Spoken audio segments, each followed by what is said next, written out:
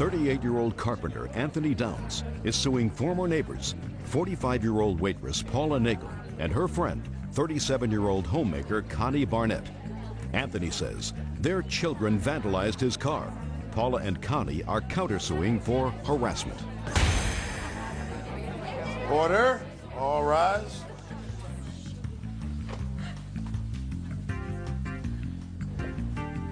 Yeah, this is case number 186 on the calendar, the matter of Downs versus Nagel Barnett. Thank you. You're welcome. Parties have been sworn in, Judge. You may be seated. Folks, have seats, huh? First, let me advise all of you that I have no intention of going back historically into the ongoing allegations of harassment, restraining orders, etc., that exists between you two people. And I'm going to start on a particular day. And that day is back in February of 2001, when I understand from reading your complaint that all of you appeared in court. Is that right? Yes, ma'am. And on that day in February, you all seem to have come to some sort of at least a temporary resolution of this ongoing harassment that each of you claim that the other is causing you. Is that right? Yes, ma'am. Correct. Yes. So you're in court. You received a restraining order against him? Yes, ma'am. Did you have a restraining order at that time against them? No, ma'am. No. Okay. Everybody's shaking hands saying, we hope this whole thing will go away. And then you exit the courthouse. Is that right? No, I didn't know, ma'am. I did not leave the courthouse yet. Your car was parked in the parking lot. Yes, ma'am. And according to you, you saw the defendant's sons doing something to your car. No, ma'am, I did not see him until after I was told that they were doing damage to my car. Who saw it? My son. Step up here. Tell me your name. Michael. Michael. Your dad is in court.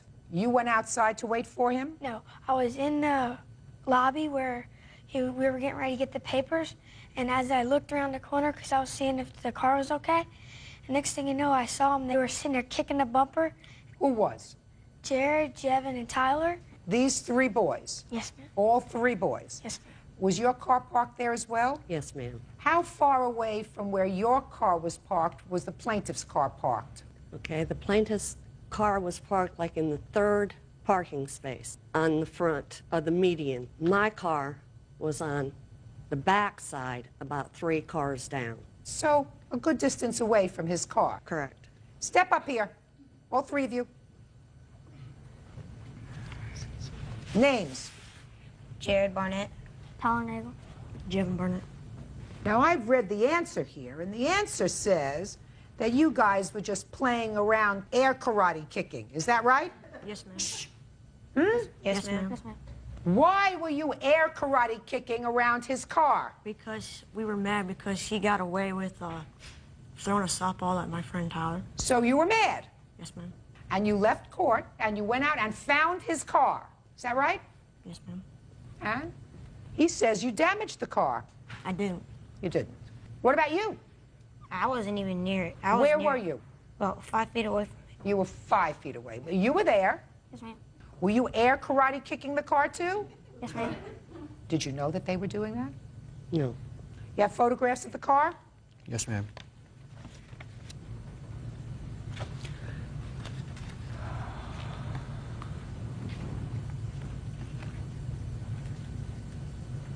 Where were your parents when you were kicking this car? They were just leaving. Were we they came inside out. the courthouse when you went outside? Yes, ma'am. You went outside first. Yes, ma'am. We were going to the car. We were going to our car. Which car? I was going to my car. But you weren't going to your car. Yes, I was. It was Well, on what the did you way. stop at his car for? We got mad, and so we just started to pretend. When did you get mad? Between the courthouse door and the time you got to his car, tell me approximately when you got mad. I was mad. Inside the courthouse? Yes, ma'am. So you didn't just get mad, you were mad before you left the courthouse. Yes, ma'am. And what about you? Were you mad or you just following? I was mad too, ma'am. What were you mad at? For him getting away, Getting away with doing what? throwing a softball at me, ma'am. And is that what this case was about that you were in court about? Yes, ma'am. Were you hurt when the softball hit you? Yes, ma'am. Where did the softball hit you? On my bottom lower lip on the left, Mm-hmm. and I've got a scar. And what happened? Did the judge dismiss that case? Yes. So your sons were angry. Yes. You subsequently got a restraining order against them in I had, March. yes. Mm-hmm. So that then there are now mutual restraining orders. Yes, ma'am. Correct. Okay. Ma'am. My attorney's paralegal. I have an affidavit from her saying that she was there and No. seen it. No. I only take witnesses, not affidavits. Well, she could not be here today because she was at a case with my attorney. That's not my problem. That's your problem. I don't take affidavits. But I believe your son, and I don't believe the fact that they were angry and they just went outside and air karate kicked it, and as a result of something else, your car got damaged. Car looks like a relatively new car. Is it a new car? Yes, ma'am. It's a 2000 Buick Regal. Yeah, and you get absolutely no satisfaction air karate kicking a car. You get satisfaction when you actually kick it. Right, Bird? That's right. That's right. Real cases, real people. Judge Judy. Anthony Downs says 11-year-old Tyler Nagel, 11-year-old Jared Barnett, and 13-year-old Jevin Barnett vandalized his car. The children deny the charge. So how much did it cost you to fix the car, sir? I have a lot of different bills here. Is it $500? Or That was what we had to pay at the end. Yes, ma'am. was your deductible? Yes, ma'am. Okay, that's what I thought. Okay, so now we come to March 8th. You have a counterclaim. Your counterclaim says that he violated the restraining order, and that's the only thing that I'm going to hear. Somebody want to tell me about it? We do not deny that the boys were in a place where they should not have been, but we are denying all the allegations. Good, and I find that they kicked his car. I find that based upon several things. Quiet and listen. Okay. I don't believe them that they never came into contact with the car with their shoes or their feet. I believe that they were angry because little brother over here got hit with a ball. They felt it was his fault. Judge dismissed the case. They went outside, and little boys don't get any satisfaction air karateing a car. They get satisfaction if they actually come into contact with the car. And unless the air karate kick theory did this damage to the car, somebody did it. So I find that they did it. Now let's move to your counterclaim, madam, which is the only thing I'm going to hear right now. Got a restraining order. You say that there was continual harassment after that. After we filed the restraining order, How are you related to this case? he's suing me too because those are my children. Which children? This one and this one. Okay, go ahead. Okay, I was coming home from picking up my son Jared from the roller rink, and I pushed the button to open up my garage door, and he was coming from the side of my yard, down my driveway, and in front of me. Yes. So I called her husband because my husband was gone, and he came over, and then we called the police. And what happened? They went over there and talked to him, and he said that he was in bed sleeping at the time, and that there was nothing we could do because there wasn't a third party involved. So you saw him walk from the side of your house. Yeah, What's well, next? he was running, ma'am. Running. What's next? I have pictures where he was on 3 different occasions taking his children to school. I have pictures of him driving by the house where he could have taken 3 to 4 other routes, which were shorter than the one he took, but I feel he took these just to make himself known that he was there. So he drove his children to school and he could have taken a different route and avoided going on your street. Is that what you're saying? It's 3 or not 4 harassment. different What's routes. next? Anything else? Yes, ma'am. I don't want to hear you. I still have 2 court documents stating that there was no damage to the car. Listen carefully to me. I find that there was damage to the car as a result of your boys kicking the car. They practically confessed. The only thing they didn't confess to was that their feet, when they were doing the karate kicks, actually came in contact with the car. I don't have to repeat it to you 20 times. They were seen doing karate kicks to the car, and there's damage to a brand new car. Should have watched them more carefully. Ma'am. Your counterclaim's dismissed for harassment. Listen to me. The matter was resolved as of February 16th. The only thing that I'm entertaining is the damage to your car. Listen to me very carefully. That cost you $500, right? And a car rental. I don't care about We had the to, car. we had to rental. rent a car because it was getting fixed. Do you think that I believe that when there is an ongoing problem with harassment between 2 families, listen to me very carefully. You're not receiving. When there is ongoing problems with 2 families, like there is with these 2 families involving children, that all the adults aren't a little at fault? I believe that they're all a little at fault. The adults. All the adults. Can I say something? The day that the restraining order took place is the day that, before this court date, they said I did this to her house. I'm dismissing her counterclaim for harassment, sir. You have to understand that. If you listened instead of had your own thing going on in your head, you would understand that. I don't find driving down a street or coming from the side of her house harassment. Do you understand that? Yes, ma'am. Now you're in a receiving mode. So being in a receiving mode, I'm telling you, sir, that I believe that when there is an ongoing pattern that requires police, prosecutors, detectives, court personnel to waste their time to deal with childish behavior and adults are involved, you don't get your car rental. You got it? But I didn't do the But damage. you do get your out-of-pocket expenses for them kicking your car, which they did. Judgment for the plaintiff in the amount of $500. That's all. Parties are excused. You may step out.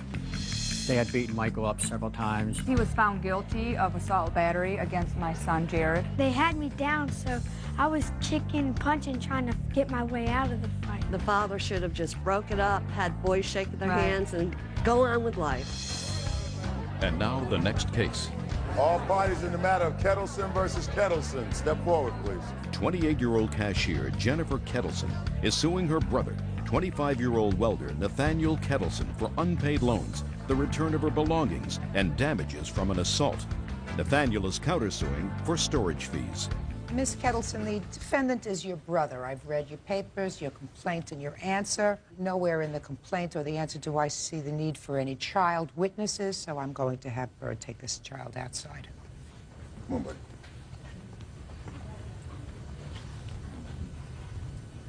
All right.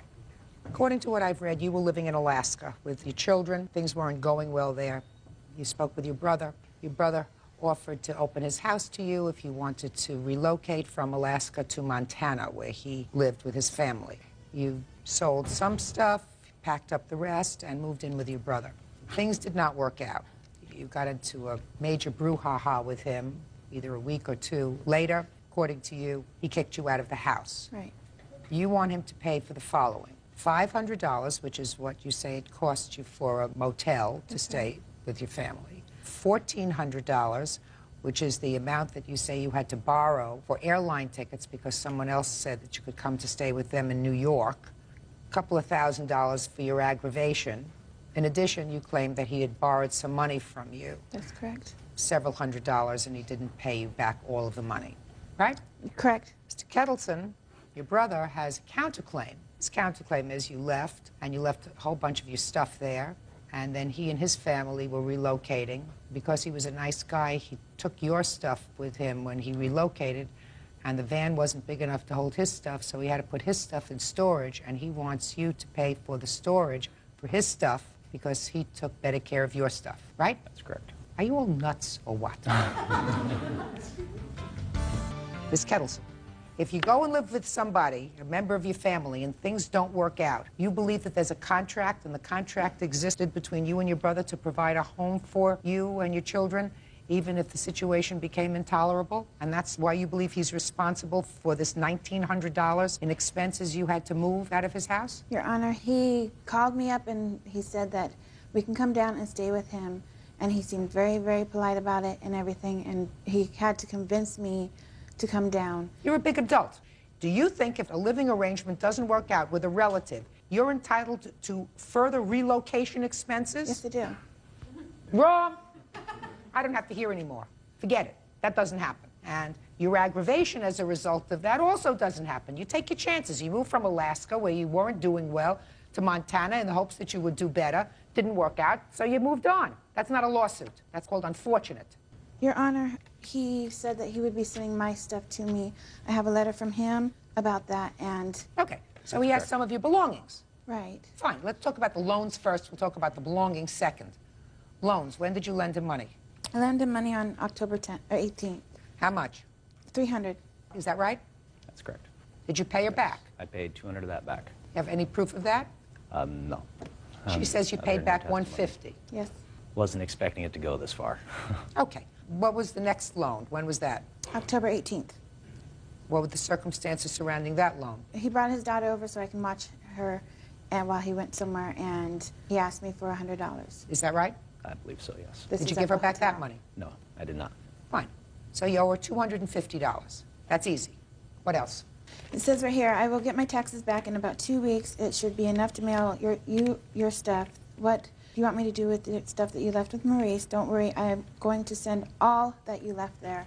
What kind of stuff do you have? My computer, my belongings, my Don't take purse. my belongings. Anything Your and computer. everything. Okay, my computer, our baby books.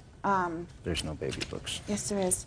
My kids' clothes. I have a leather jacket in there. Picture frames, beanie babies, sleeping bags, all sorts of things. Okay. Did you send him any money to send you back that stuff? No, he was supposed to send it with the money that he owes me. Well, that's fine. You have all that stuff? It's Oh, all yeah. packed Oh, up? yes. And you owe her $250. Do you Yes. think it'll cost more than $250 to send it? Far more. How much? It was $174 a box. She wants it insured and priority mail and everything else with it. It was basically going to round off to about $200 a box to mail Your her stuff. Honor, when I Just a minute. How many boxes of stuff do you think you have? 2 boxes, about 3 feet by 3 feet by 3 feet, stuffed full. And how much do you think that that's going to cost? About $200 a box to mail it. So about $400. About $400 total to mail it. Do you want to spend that? No, I went to the post office in Montana and I asked them how much it is, and they said $50 for 70 pounds. Well, I'm not going to guess how much it is to mail all your stuff back. He's not responsible to you to mail all your stuff back. He said right here that he will. So he is not responsible. No, he's not responsible for paying for it. It's your stuff. You left it there. He owes me the money. He was Fine, you're not, Miss Kittleson. He owes you $250. What if it costs $500 to mail back your stuff? It doesn't. I went to the post office and it costs $50 for 70 pounds. I made sure that those 2 boxes were less than 70 pounds. How did you make sure of that? Because I know how much I brought down in those boxes.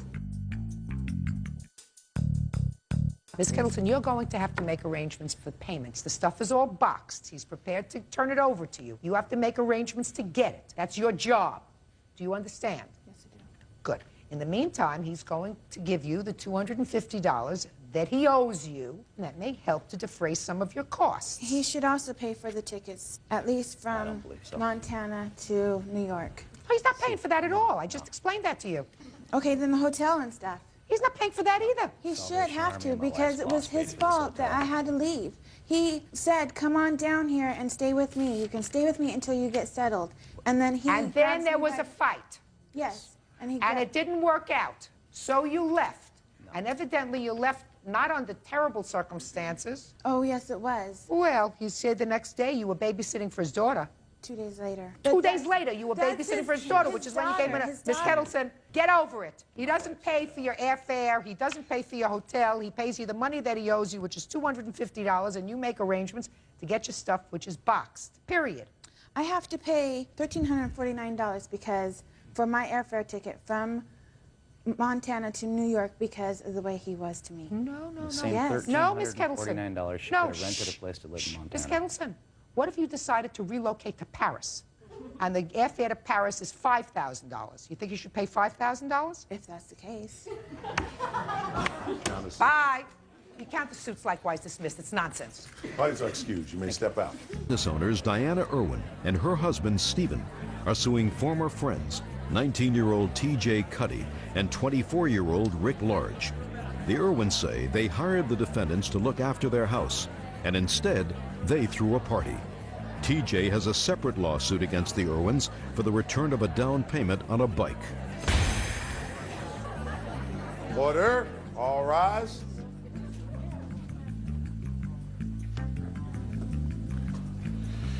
Your Honor, this is case number 572 and 560. One is Irwin versus Cuddy Large, and the other one is a cross complaint, Cuddy versus Irwin. Parties have been sworn in, Judge. You may be seated. Mr. and Mrs. Irwin, I'm going to address your claim first, and then I will address the claim by one of the defendants, Mr. Cuddy. According to your complaint, you hired these 2 young men to do some work in your house while you were gone on some sort of vacation or business trip. And they were given a whole list of things to do. They had access to your home. And it is your claim that they threw a major party while they were there, and that as a result of that, your home was invaded, a large group of people, that some things were destroyed or damaged, and a substantial amount of money stolen. And you're suing both of these young men for $5,000. Correct. The defendant said it was no big deal party, just a few friends, nobody went into the house. And Mr. Cuddy has a cross complaint, which I will get to in a moment. Who's Mr. Cuddy? Would be me. That's you. All right, how did you know these 2 young men? Rick Large had worked for us, done some work for our business for about a year. What kind of business? A computer business. And Mr. Cuddy, my husband had known him for probably about 12 years, and I'd known him about 6 years. And he was also a neighbor of ours. And you gave both these young men access to your home? Actually, Rick Large was the one that was hired to come in and feed the dogs, check emails, pick up mail, pick up the newspaper, and do a few chores around the house, and we paid him $300 for the week to do that. You only paid Mr. Large? Correct. Okay, were they supposed to stay in the house? No. Okay, and what did you find when you came home? When we first they came to pick us up at the airport, and they were supposed to come in our truck, but they came in Mr. Cuddy's mother's truck because they said they couldn't find the keys to the vehicle, which also has our home key on it and a speed pass. When we got home, we gave them T-shirts we'd bought for them, and they left, and we were home for a few minutes, and our doorbell rang. And our neighbor came over and was very upset and said that while we were gone... Can't tell me what your neighbor said. Oh, okay. Well, we started looking around and noticed things that were moved, found a disc jockey card on my table in my family room, found broken beer bottle and beer still on the floor in the family room. A broken beer bottle? Mm-hmm. We went to open our garbage compactor, and it was jammed. When we finally were able to pry it open, there was the remains of grapefruit rinds, a big vodka bottle that had been jammed in there. When we went upstairs that night to go to bed, we could tell that our guest room and our room both had been remade. The bedding had been remade. And my husband went over to his side of the bed and saw on the floor a grungy-looking T-shirt wrapped around a rag that was left there. At that point, we did call the guys to come back after we found out about the party and confronted them that night. Their response was, "It's no big deal. We had a few friends over. What's the problem?" The next day, we found the money was missing. We found... What money? In the drawer in my desk upstairs. We keep money in a... Bank bag. Bank bag. But as we started going through the house, like I said, we started finding more and more things that had been destroyed. On the nightstand in our bedroom, there's a watermark, which I do have a picture of that. Tell me about this party, gentlemen. Now look. Well, Your Honor... I want you to look at me. No, and I want you to make sure of one thing. Okay. How old are you? I'm 19. I want you to tell me about the party. Everything about the party. Okay. I want you to just realize it. The truth will set you free. Don't try to scam me with you had a couple of friends over for a little barbecue in the backyard. I want to know how many people were there, inside or outside. How many invited, how many uninvited.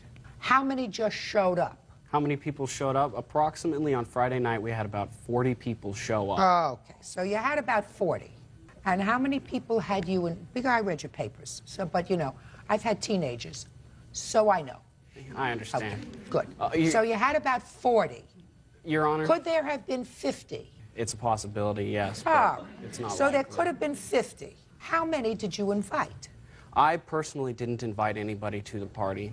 Who did? That would have been Rick. How many did you invite to the party? 3 or 4 people. Shh. So you invited 3 or 4 and 40 or 50 or so showed up. Did you call the police? No. Why not? Because everybody was having a good time. We were very responsible, kept the house locked at all times. Everybody was strictly in the backyard only. Well, and people... I didn't want to ruin a good time.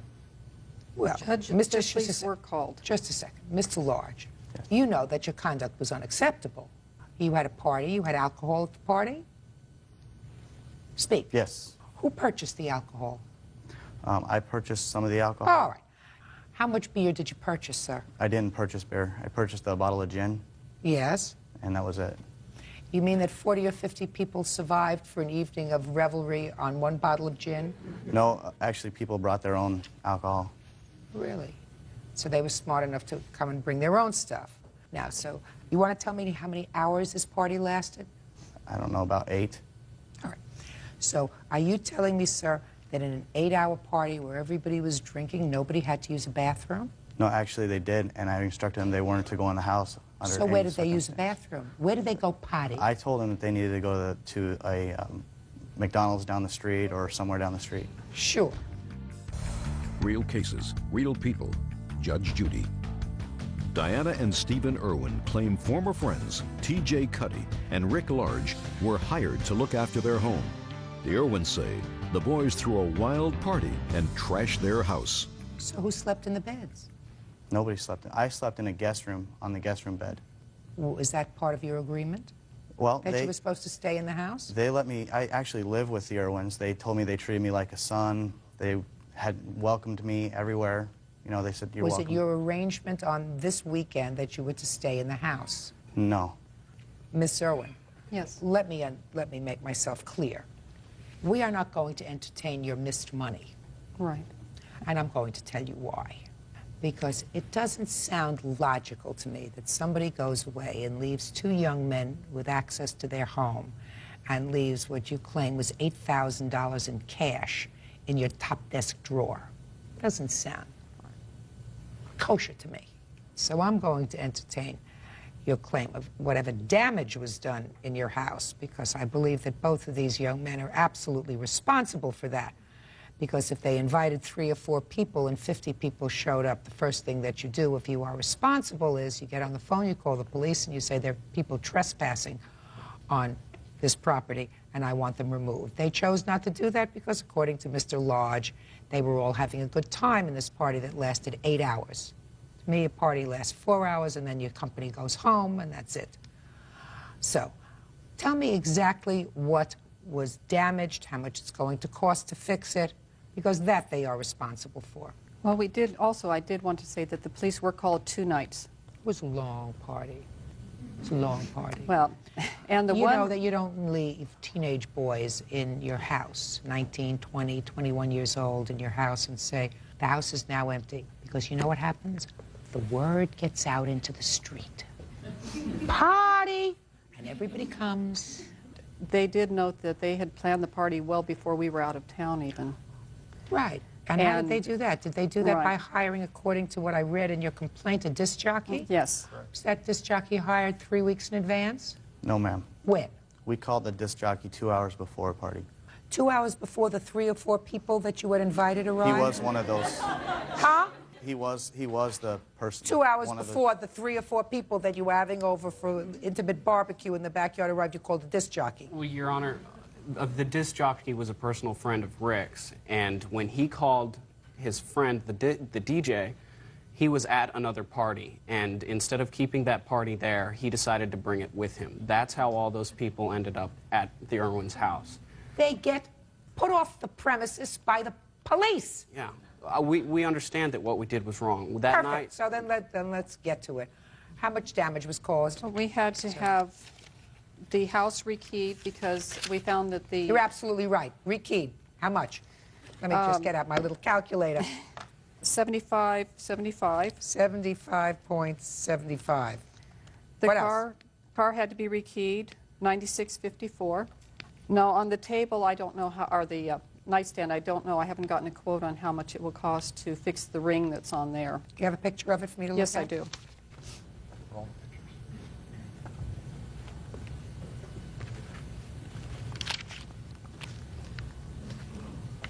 That's not a major deal. Do you have children? Yes. How old are your children? 25 and 27. Ever left your children alone over the weekend and had a group of people over there that you didn't invite? Yes, but they're much more responsible than that. But it's happened. I know, I have kids. But I think I've had large parties, unanticipated parties at my house. But I think a difference is it's my children and it's their home. And that's why you trust your children. You don't trust strangers. You don't give strangers, teenagers, and those just above teen. How old are you? I'm 24, but they always told me they treated me like a son. Don't give me baloney. Okay. If they treated you like a son and you treated them like a parent, you would have been more careful with their property. Now let's get to Mr. Cuddy. Mr. Cuddy, according to your complaint, Mr. and Mrs. Irwin were very nice to you. You wanted a motorcycle. yes. And Mr. Irwin agreed to advance you some money for the motorcycle. Yes, he agreed to be the lien holder on the title. Right. According to what I read, it was $5,000. Is that right? For $4,800 in these. So almost $5,000. You put in $1,000 and he paid $4,000. Is that right? That's correct. And then he repossessed the motorcycle. That's correct. And you want the money that you put down on the That's motorcycle. correct. That's your claim. Where is the motorcycle now? It is in storage. And the title is in your name? Yes, that is correct. Okay, then you have to return to him $1,009.46. But, Your Honor, Yes. I'm stuck with a bike, and I have a consignment agreement from the dealer that shows that clearly that the value of the bike now, I'm going to take a loss. Listen to me. If there's bad business on your part, but you, I can I understand Mr. Cuddy. He put in $1,009.46. He had an agreement with you. It was a verbal agreement that you were going to be the lien holder on the bike and he was going to pay for it. You cannot keep that bike and not give him back his $1,000. You can't do it. So on your counterclaim, Mr. Cuddy, I am awarding you the $1,009.46. On your claim, Mr. and Mrs. Irwin, for these boys doing damage to your home, you are entitled to $197.29 with the admonition to you, keep strangers out of your house and don't give them access to your house because it's always trouble. And with the admonition to you, Mr. Lodge, that if you say to me that these people treated you like you were a child of theirs, one of theirs, and was very good to you, you certainly didn't respect them nor their property in a way that I would like one of my children to behave. That's all. Parties are excused. You may step out.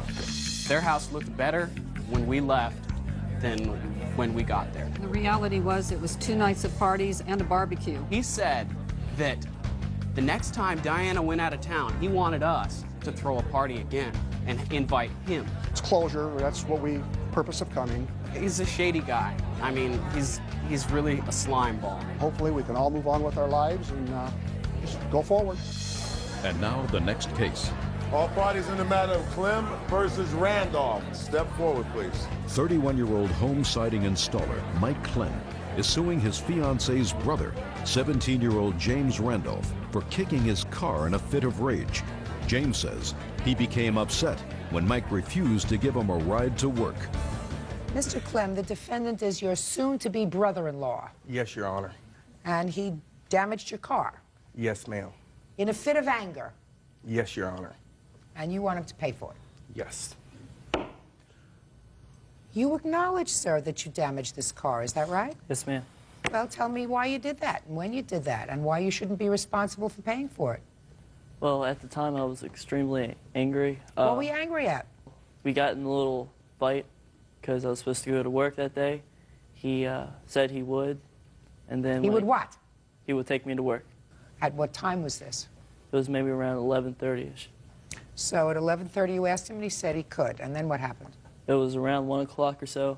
He said, he started walking out the door, and I asked him again, and he said he wasn't going to take me anywhere. Did he say why? He said he was going the opposite way. So what did you do? I got mad, and I went back in the house. Tell me about his car. Well, after I went in the house, he came inside, and he started yelling at me. My mother... What was he yelling? He was just saying, you jerk, and things like that. Why, had you said anything nasty to him? At the time, I didn't know. Go ahead.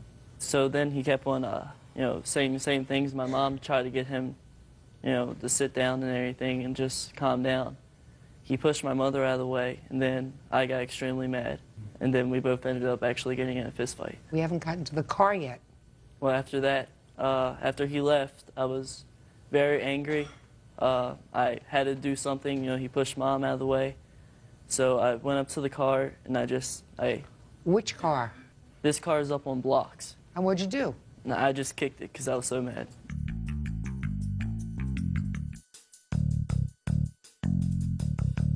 I would like you to tell me your version of what happened. At 11:30 he asked you to take him to work? No, ma'am. Tell me what happened. It was about 11 o'clock that morning. Him and his sister, my fiance, Stacy, went into town and to the store and some other odds and ends. At that point, he told her, I got to be at work at 12 noon. And to the best of my knowledge, she never agreed to take him. So when she got back with my truck, I had to go to work that day, which was on a Sunday, but I had to be at work. So he asked me, he said, can you take me to work? He said, you got to take me. I said, Keith, I said, no, I don't. I said, that's out of my way, and I said, I got to go to work. Well, he went back in the house. He slammed my door. Then he came back out when Stacy exited my house. She went to work with me that day and said something to her, and she said, Keith, she said, I can't take you. I'm going with Mike. Well, he got mad and went back into my house, slammed my door a second time. Well, then at that point in time, that's when I entered my house. And we got into a little screaming match. There was punches thrown, but there really was no connection to him. His mother did get in the middle of it, try to break it up. But to the best of my knowledge, and I mean, you may ask Stacy, she did not get pushed or hit. Okay. Now, when did you notice any damage to your car?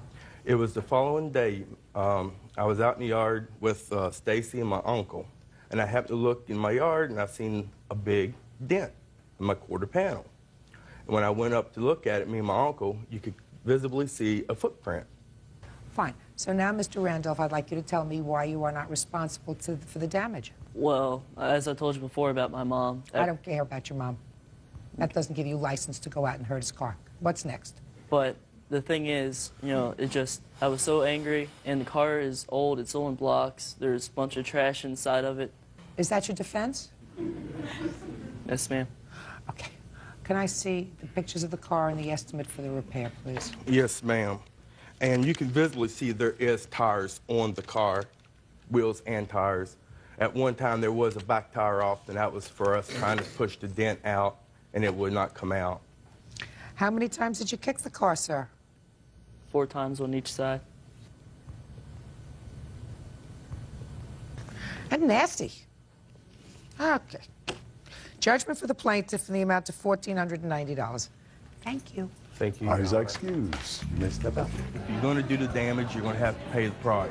I had to do something. You know, I couldn't go after him, of course, because he is a big guy. He probably would have hurt me. I gave him 3.5 months, and he never gave me $1. They're going to be getting married soon. I don't know if I'm invited. If I am, way to go. If not, oh well.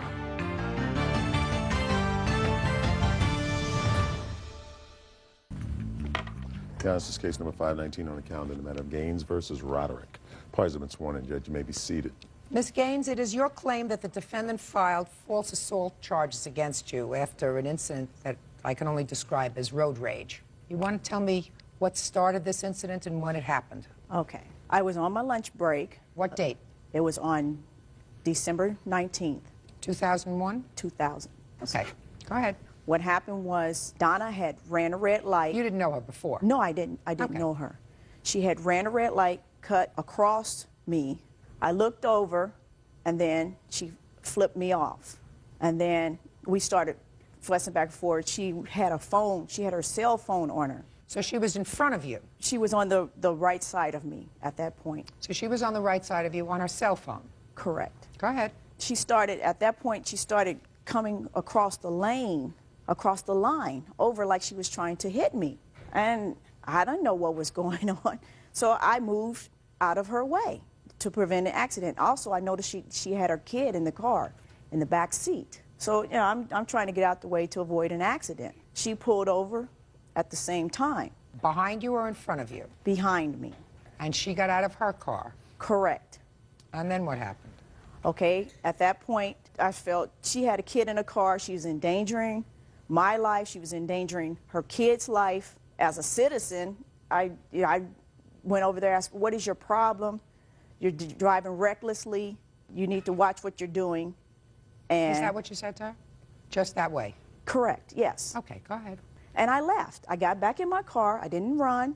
I got back in my car, and I proceeded back to work. What happened next? Okay. What happened, the vehicle was not registered to me. It was my roommate's father's vehicle. And, of course, it has a distinguished license plate. It had a name on there. So, apparently, I guess, Donna had filed a false report, which I have the report here. Can I see the report, please? Yes.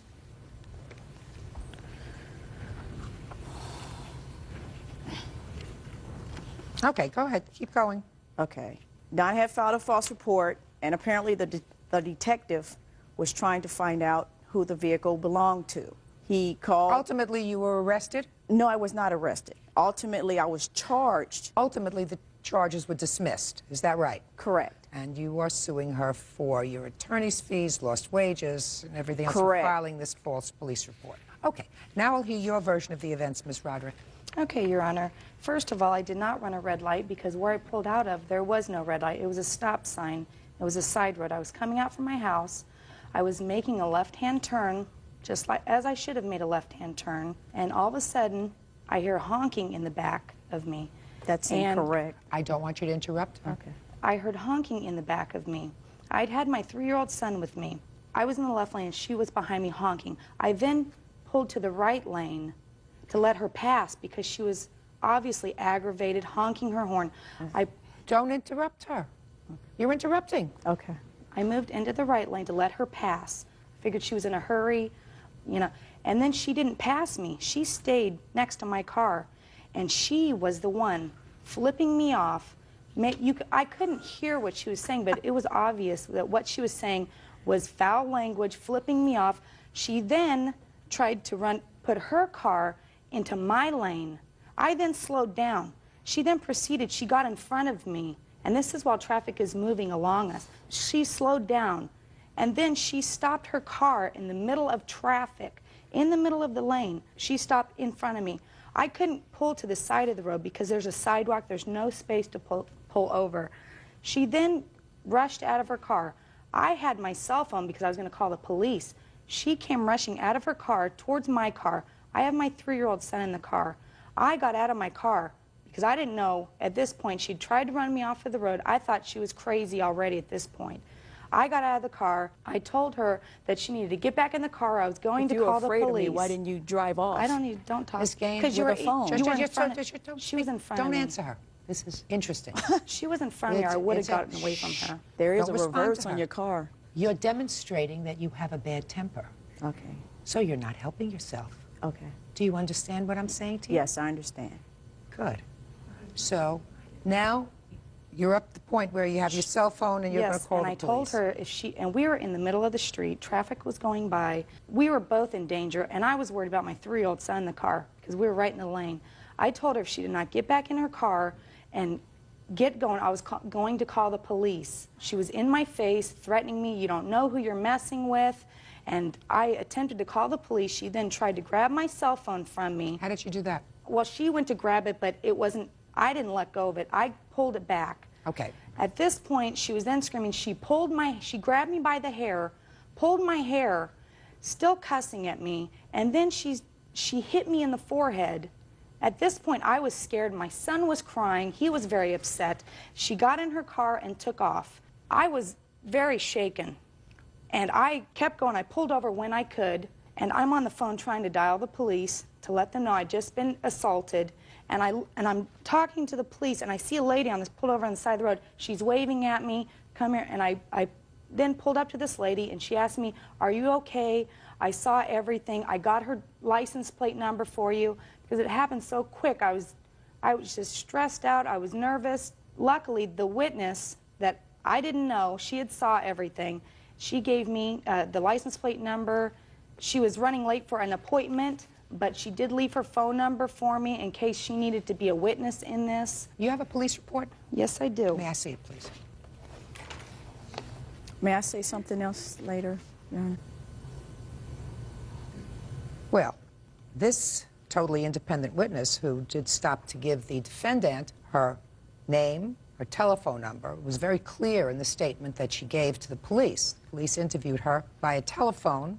She indicated that she saw you get out of the front of your car, which was pulled in front of hers, and the two of you began to argue. Then you, who had gotten out of the front car, hit the other female in the face with her hand, and then you ran back to your car and fled the scene. Real cases, real people. Judge Judy. Valerie Gaines says she was arrested when Donna Roderick filed a false report with police. Donna says Valerie attacked her in a fit of road rage. So here we have a witness who clearly says she observed you do, Ms. Gaines, exactly what the defendant said that you did, which was to assault her. Just a second, I have some questions. Oh, you want to tell me something? I'll hear you. Then I'll ask you my questions. Okay. I saw a lady or a person that was in a vehicle about 3 light poles away. In the statement, it should have showed, because I believe it's on there, she was looking through her rearview mirror. So what? We were parallel to her. She could not even see my back. Don't tell me what you couldn't see. That's what you told the police. Okay. That's what you put in the police report. Okay. Can't tell me what you could or could not see. And if I hit her, did she make a downward movement? Because if I would have hit her, she wouldn't have stayed in her standing Ms. Gaines, upright. I don't know what you would have done, what you could have done when you hit her, Ms. Right. Gaines. Correct. So now I have a few questions for you. Okay. When were you supposed to go to trial on this case? Okay. The first date?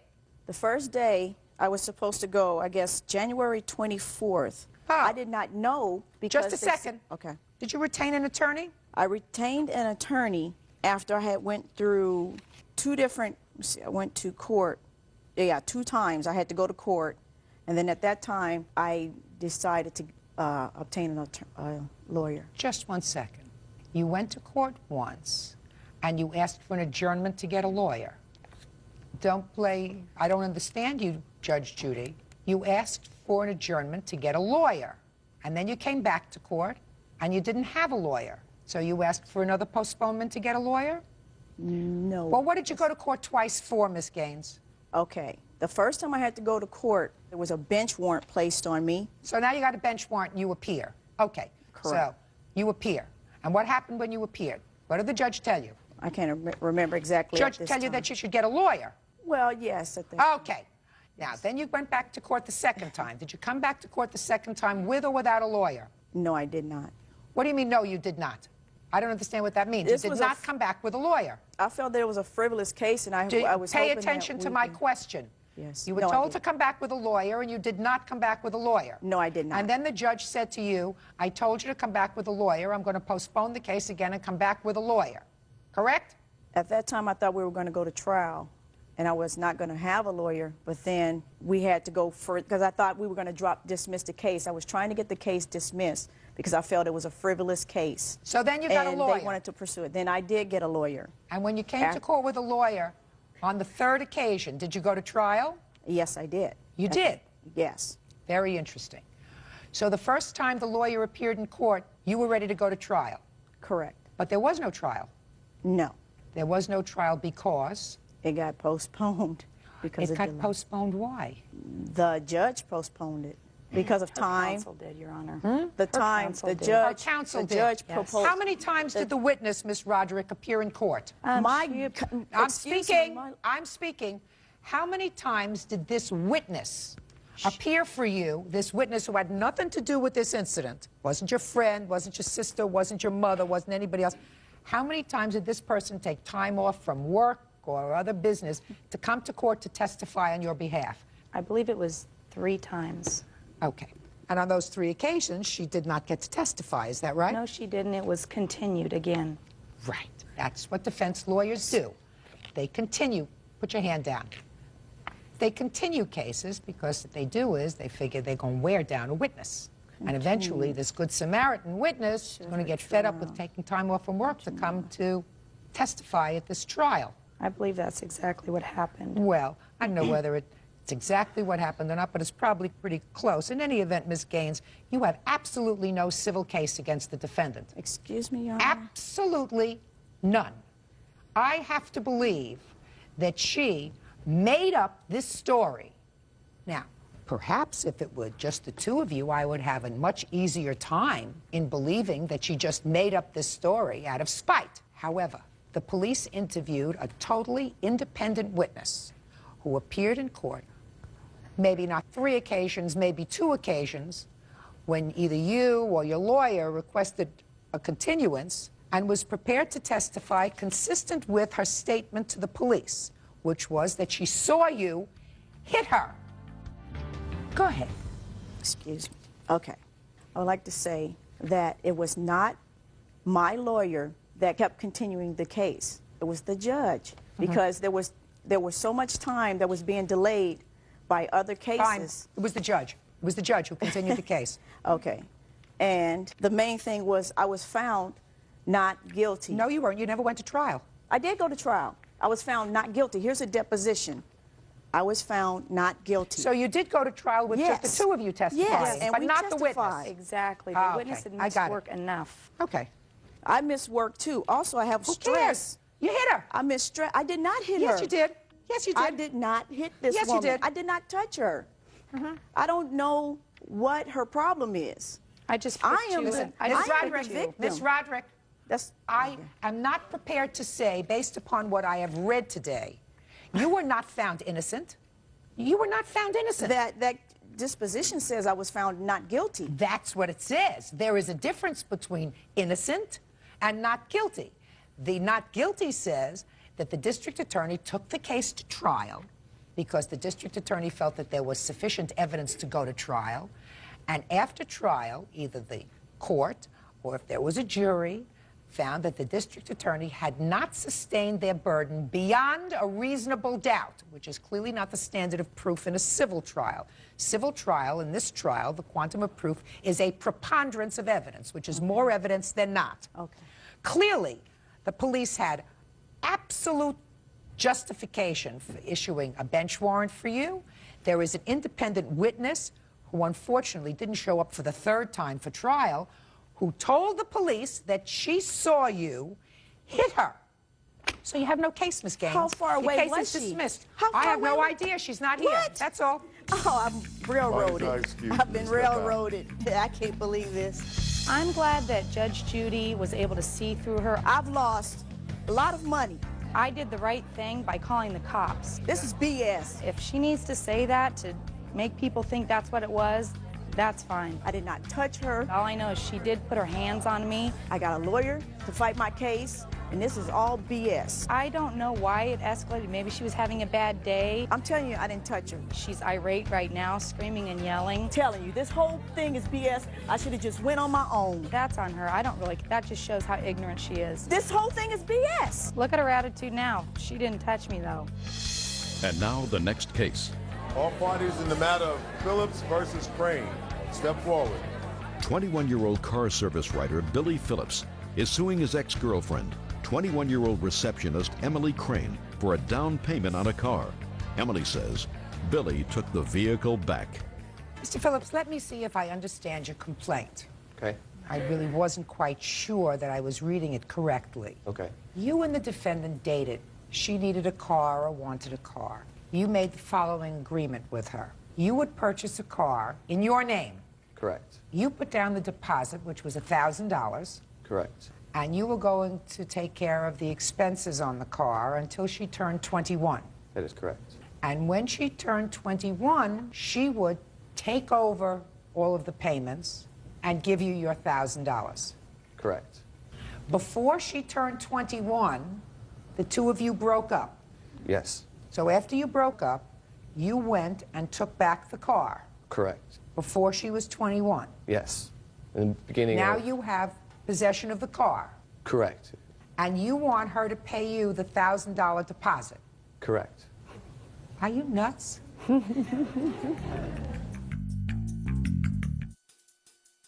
Mr. Phillips, your original agreement with her was she turns 21, she gives you back your $1,000, and she takes over the car payments. And when she's paid it off, you give her the pink slip to the car, so that it's titled in her.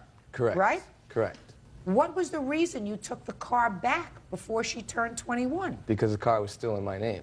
Well, but that's not her fault. I'm not saying it was, Your Honor. I just... But you breached the agreement, sir. So... You breached the agreement. She didn't breach the agreement by not turning 21 earlier. I'm not saying She has to wait until she's 21. That's something beyond her control. You breached the agreement by taking the car back. Now, if she had turned 21 and she did not give you back your $1,000 and assumed the car payments, then you have a right to take the car back and say, you breached the agreement. You didn't give me back my $1,000, but you made it impossible for her to perform her agreement with you because you repossessed the car. Why do you think you're entitled to your $1,000? Basically because that was the agreement we agreed on. No, it wasn't. The agreement that you had, sir, was that she was going to give you the $1,000, pay off the car, and have a car. That was the agreement. She wasn't going to give you the $1,000 and pay off a car with you in possession of the car. She was going to have a car to drive around in. You took back the car before she turned 21. Am I getting through to you? Yes, you are getting... Perfect. Case dismissed. Parties are excused. You may step out. Yeah, this is case number 534 on the calendar in the matter of Trester versus Richardson. Parties have been sworn in, Judge. You may be seated. Gentlemen, have seats. Miss Trester, the defendant was a roommate of yours, and it is your claim that when she moved out, she purposely bleached your clothes, and in addition, she either took or stole some of your property. Yes. Defendant says nonsense. When did you move in together? We moved in August. How many people were sharing the apartment? There's 4 of us all together. Was it an apartment, a It townhouse? was a townhome, three levels. Were you going to school or working? I do both. And the other people?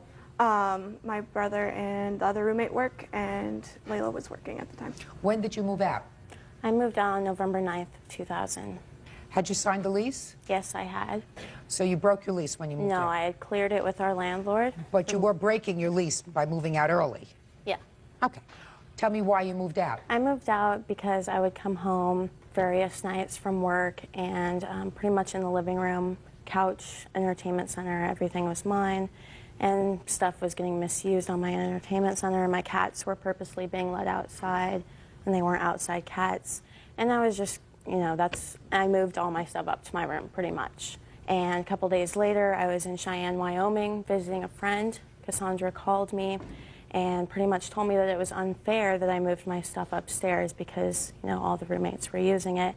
And I explained that pretty much, you know, if they can't use it properly, it is my stuff. I should be able to move it up to my room if I'd like to. And pretty much after that, we just weren't getting along, arguing, yelling at each other.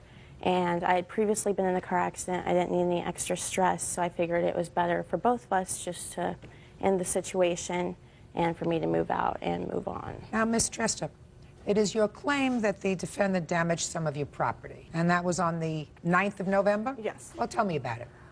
Well, actually, to correct her, the reason she moved out is we actually had a physical confrontation. A couple days before, she had thrown a bowl at my head and I slapped her back.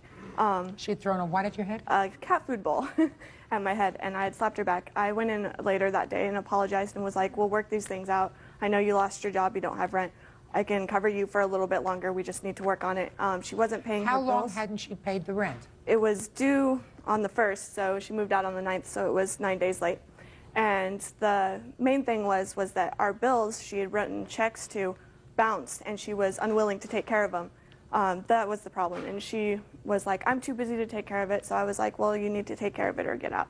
At that point, we were okay. I came home. I felt that her moving her stuff out of the front room was vindictive because she was doing it because she was upset at me, and I told her, if this is the way it's going to continue to be, maybe it'll be better if you get out.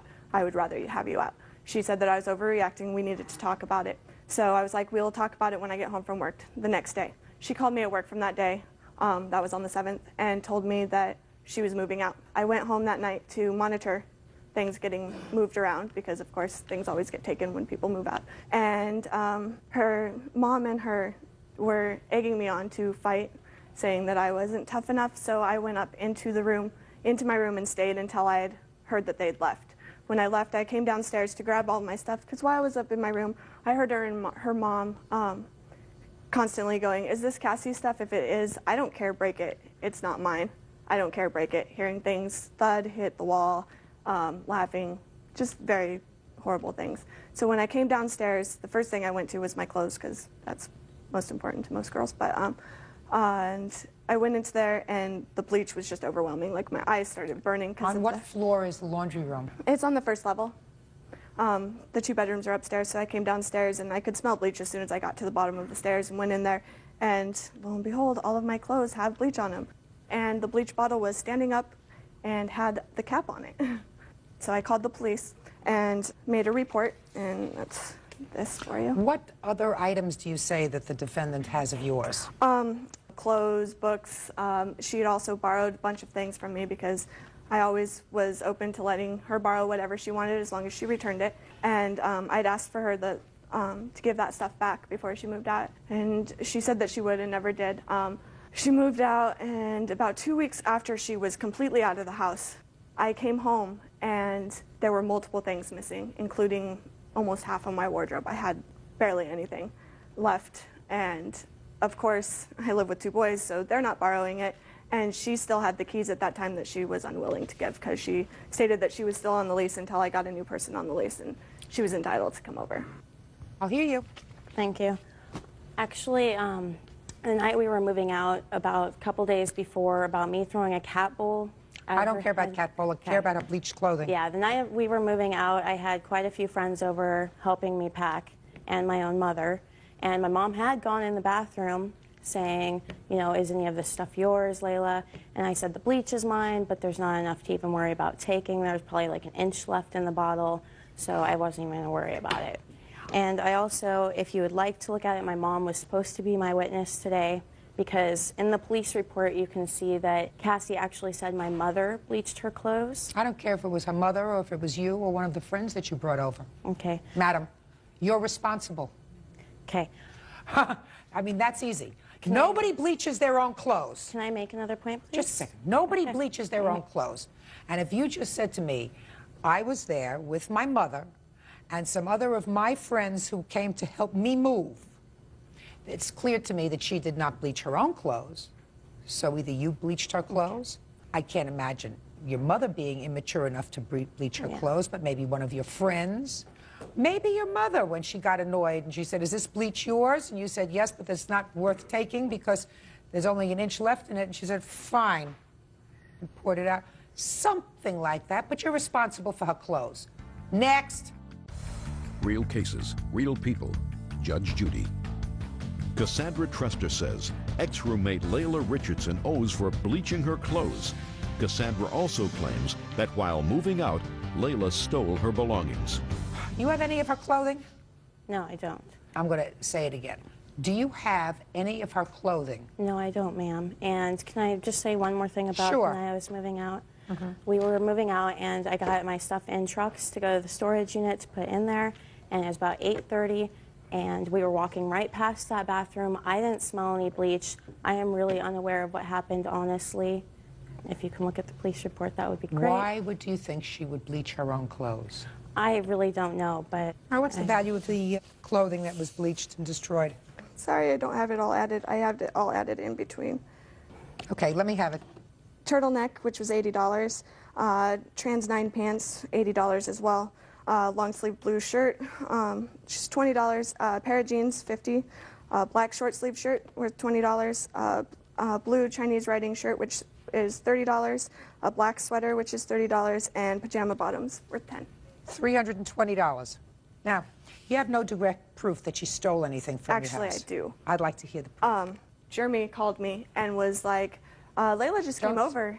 Jeremy. What's your last name? Skog. Okay. How do you know these people? At the time, I was Layla's best friend and also a very good friend of Cassie's. Okay. I was there with Layla helping her move her things out. What Cassie said about Layla taking different articles of her clothing, or I'm sorry, different things out of the kitchen and stuff, is this Cassie's, okay, then break it. That is correct. That happened several times throughout the night. I went into the bathroom to go to the bathroom, and I recall there being a strong odor of cat litter, and I actually mentioned something about that.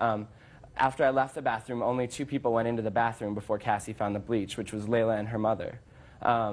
Later that night, after everything had happened, right after the police officer had called me, Layla called me and said, please don't say that my mom and I did it. I swear I had nothing to do with it. Please don't say that my mom and I did it.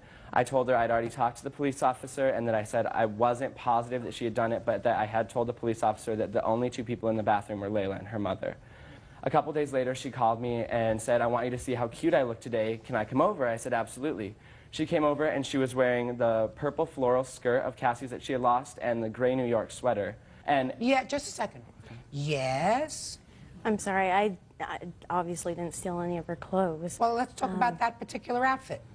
He's not lying. He's telling me the truth. Okay.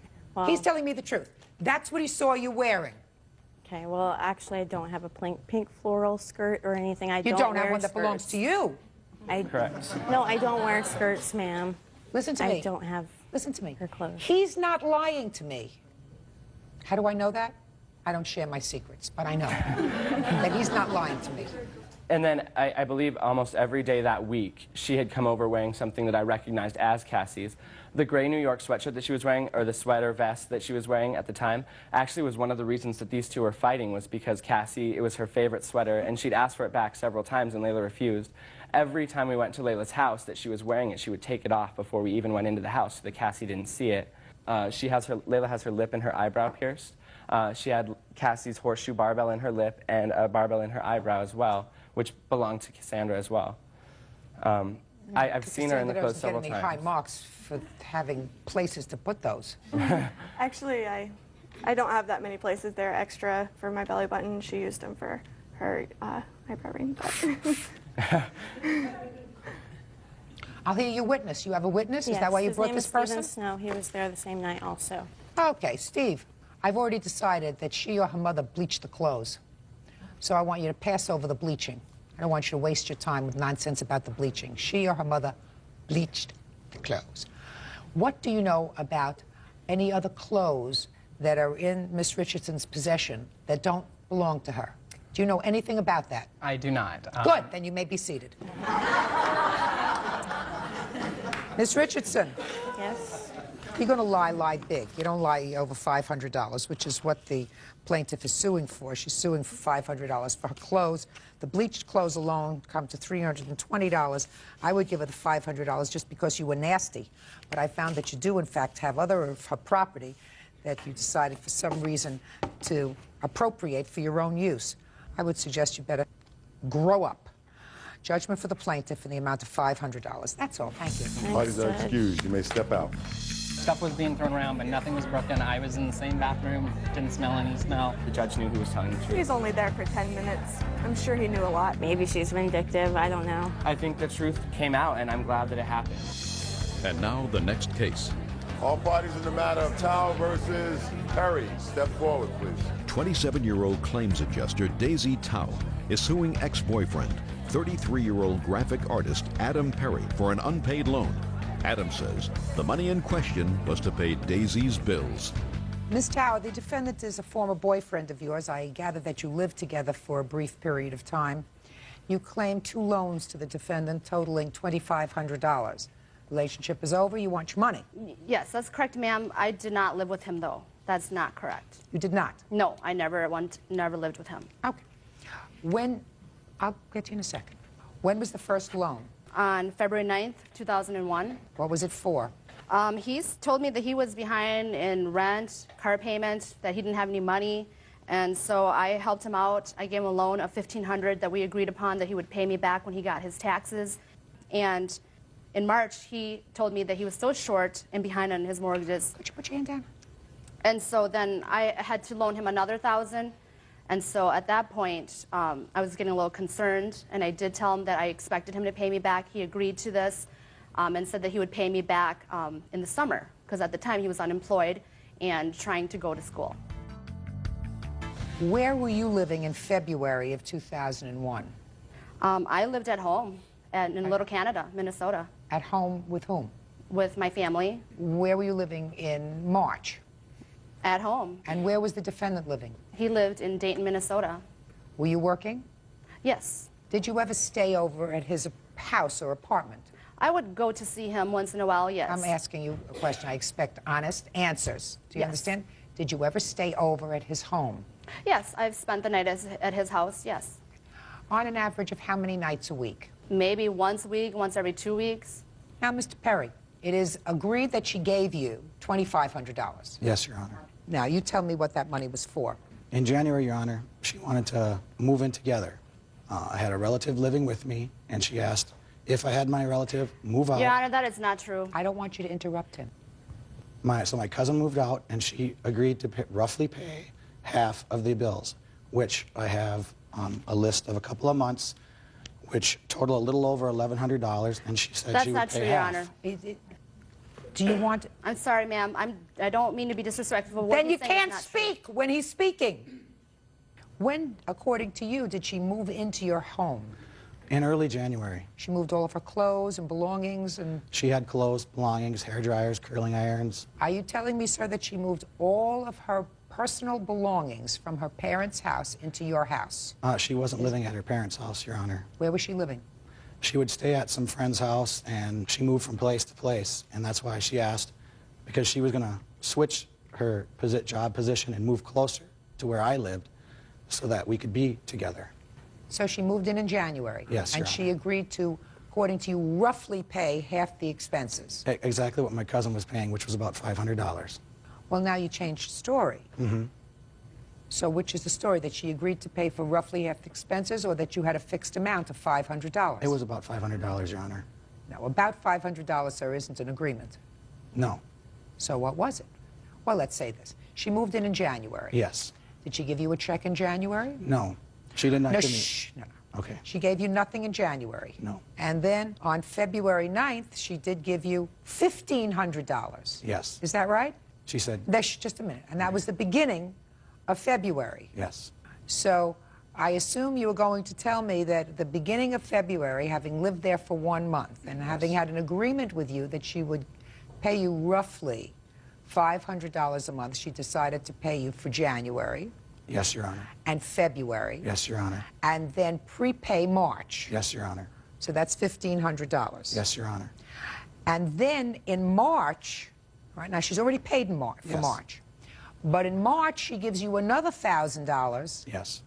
And that is, I assume you're going to testify that she said to you, well, I've already paid for March, but I like to pay my bills in advance, so I'm going to pay you for April and May.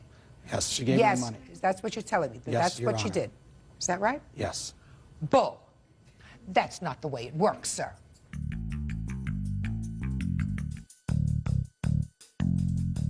If somebody agrees to move in with you as a roommate, and let's say she fell behind in January, so she maybe would have given you January, if I believed your story, January and February. So she would have given you $1,000 to cover January and February. Yes, Your Honor. And then when March came, she would have paid you $500 for March, so she would have given you a total of $1,500 for January, February, and March. Yes. And what you're telling me is, no, that's not what she did. She paid you 3 months at one time, a little in advance, and then she paid you for 2 months after that. I don't believe you, sir. She wanted me to keep ahead, Your Honor. I don't believe you, sir. I believe that you fell behind in your bills. Now, you didn't tell me about that. Did you fall behind in your bills? Yes, I did. Okay. So you needed money. Yes. Is that right? Did you say anything to her about giving her back any money when you got your tax returns in April? I did not, Your Honor. Mm-hmm. She was there at least 4 days a week, Your Honor. I was Oh, not. shh, just a minute. Mr. Perry, when somebody lives with you full-time, Yes. they are not there 4 days a week. No, she was not living with me full time. Give her back her money, Mr. Perry. Judgment for the plaintiff in the amount of $2,500. That's all. Parties are excused. You may step out. Now, this is case number 437 on the calendar in the matter of Yukevich versus Seiss. Parties have been sworn in, Judge. You may be seated. Ladies, have seats, please. Ms. Yukevich, you were a waitress in a restaurant. Correct. The defendant was there with a group of family members, a large group of family members. Correct. And it is your claim that while there, she assaulted you. Yes. And you want to be compensated not only for the assault, but for your lost wages and your pain and suffering. Yes. The defendant says she never hit you. Were you the person who was serving the defendant's group? No. Tell me what happened. Well, that party had been sitting there for a while, and they were drinking a lot. And I was in the section next to this large party, and I had a couple of tables there. And throughout the night, they were having problems, my tables with the large party, because the large party was kind of getting out of control, standing up, backing into my tables. And I believe that woman right over there was smoking in the non-smoking section, and a table had asked me, you know, to tell the woman to stop because it was bothering them, and they were in the non-smoking She was section. just standing in the... Just standing in the non-smoking, smoking. So I walked up to her and I proceeded to tell her, ma'am, you can't smoke here, this is non-smoking. She then proceeded to get very defensive with me. And What did she say? She said, we're leaving. You can't tell me when to leave and what to do. I can stay here as long as I want and do whatever I want. And I said, you can, ma'am, but you can't smoke here. And she proceeded to say the same thing, call me some names like, you white gringa, weta. And I said, you know what, if you want to be a grumpy old woman, be a grumpy old woman, but do it somewhere else. And I walked away because I knew the situation was going to get out of control. So I went to go tell my manager what had happened. And as I was walking around, she came running up to me, excuse me, you white bitch, you white bitch. That's her, grabbed me, slammed me up against the wall like this, started punching me, kicking me, scratching at my face or something, and slamming me up against the wall. And I'm freaked out because I've never seen this woman before in my life. Luckily, then one of my coworkers jumped in between, and she's reaching around him, you know, punching like this, kicking, and that's when I looked down the way at my section, and there was a full-out brawl. That large party of hers, they had tables thrown over, broken bottles. One of my customers was on the ground, and they were kicking him. He was bloody from head to toe. At that point, I don't know where she went, but I ended up just running because I didn't know what to do. It was like a flight, something. I took off to run outside because I was like, I'm getting the hell out of this situation. Excuse me, I'm sorry. What kind of injuries did you sustain? I have some pictures here. I'd like to see And them. I have a medical bill. They're not very good pictures. She did throw me up against the wall, so like a lot of it was to the back of my head. This is the medical bill here. The restaurant did pay for the medical bill, but that's just the... on there, you can see some of the scratches on my face, Were you taken to the emergency room then? The EMS checked me out, and then they told me to go to the hospital afterwards. So I went, right after I got off work, I went to the emergency room. Did you miss any work? Yes, I did. I have this that shows what I missed several days. I also have a police report and an incident report I'd from like my to see managers. This is police report, and this is incident report from the managers. There's also a statement from Margaret on that day in there, too, that it was an incident report, I guess. I did highlight a statement.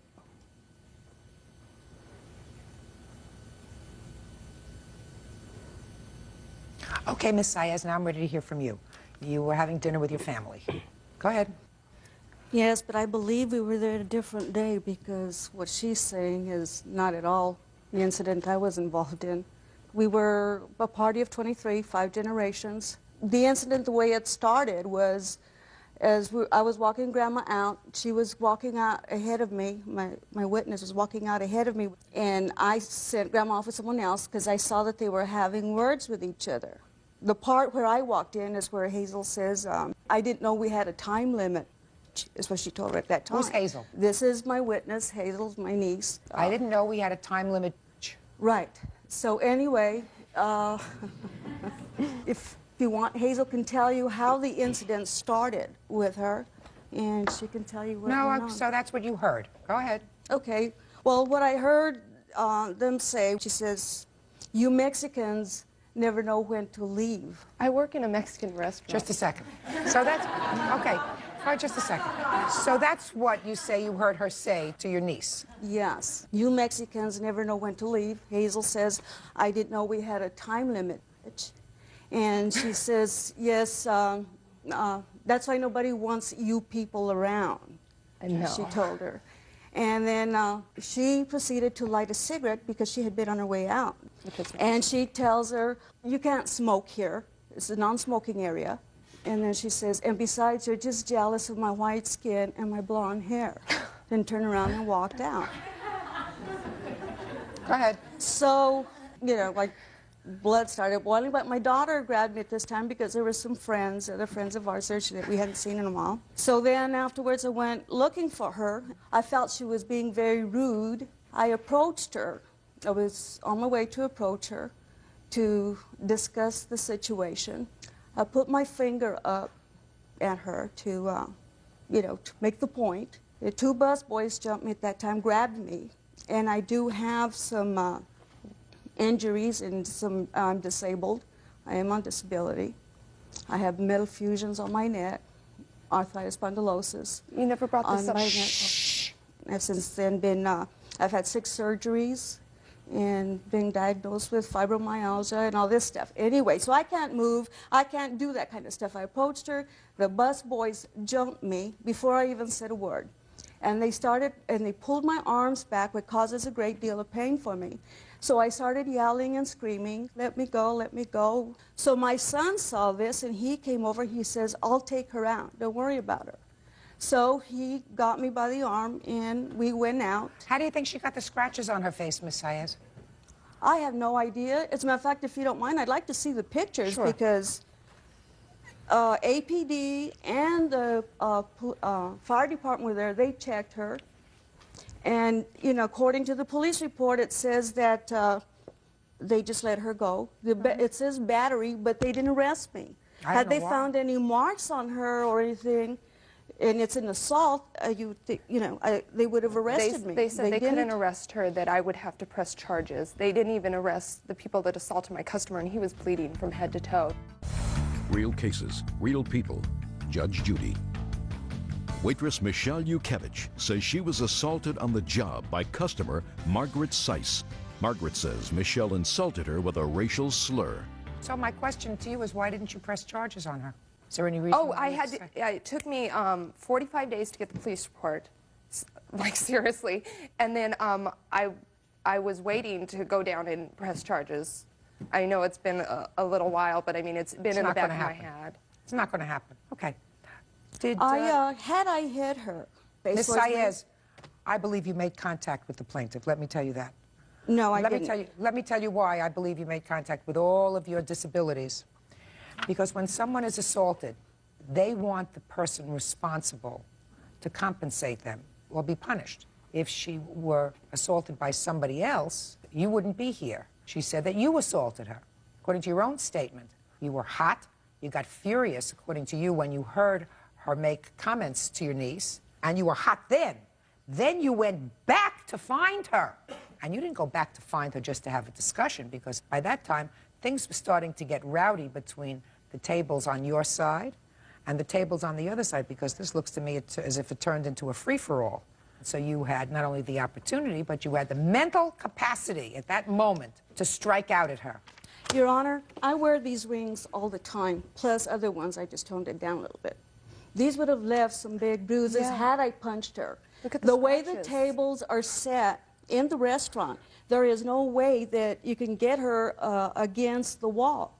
And on her police report, she says on here that I was smoking and that I was seated in a non-smoking area, which I wasn't. Police got confused, but the whole story, the story that I get in the complaint... No, but she says that she came back. Listen and to me, she the didn't stories talk that to me. The she stories talked to her. The stories that you both told today are totally consistent. Now, the police, in the course of taking down a report, may not get everything right, but the stories that you both told me today were consistent with regard to what happened with your niece, that she told her not to smoke, whatever words were exchanged. And I'm not sure that I'm getting the whole story about the words that were exchanged, because it seemed to me absolutely ludicrous for the plaintiff. What she said is an absolute lie, Your Honor. All I have to back me up is the truth. Yeah. And when he swore me in, I swore to do that.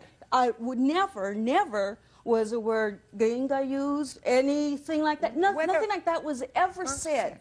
I don't know where she got this from. Just a minute. But according to you, the word was said. Oh, it was. Just a minute. According to you, the word bitch was said by your niece. Yes. That's what I'm saying. I'm telling you the truth. Yeah, I believe that. What I'm telling you, Ms. Saez, is that what the police took down quickly in their notes did not reflect what happened on that day, which was basically she told her not to smoke. They get into some words. You're overhearing words that they're getting into, and you decided to have a confrontation with her, which you did. You not only decided to have a confrontation with her at that moment that you heard it, but you got rid of your mother or your aunt or whoever else it was, and you went back to find her. Again, you went back to confront her. Because according to you, Ms. Saez, you were boiling at what you heard her say. And then you went to find her. That's what you said. You said, I went to find her. Because she was making such horrible racist remarks, and unless someone is there to receive those names, if you're not there at the other end, will never know how you feel. You feel humiliated, degraded. She made me feel like an alien. Oh, and I don't mean like an alien from across the border. I'm talking about from Mars or something. Never did that. You are a grown-up, madam. Grown-ups know that words... I understand that.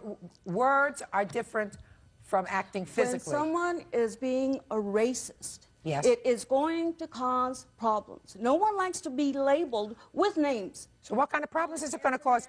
What kind of... Hey, Ms. Saez, you see what you're doing? Exactly. This is what she was doing. No. This is what you're doing. And this is why I got angry. And unless you're on that receiving end... You got angry and you hit her. It's going to cost you $2,500. Receive that. Period. End of discussion. Sticks and stones break my bones. Names will never hurt me. You report it to the manager. You never go back to the restaurant, but you don't go over there and assault her. Judgment for the plaintiff in the amount of $2,500. That's all. Thank you very much. Parties are excused. You may step out.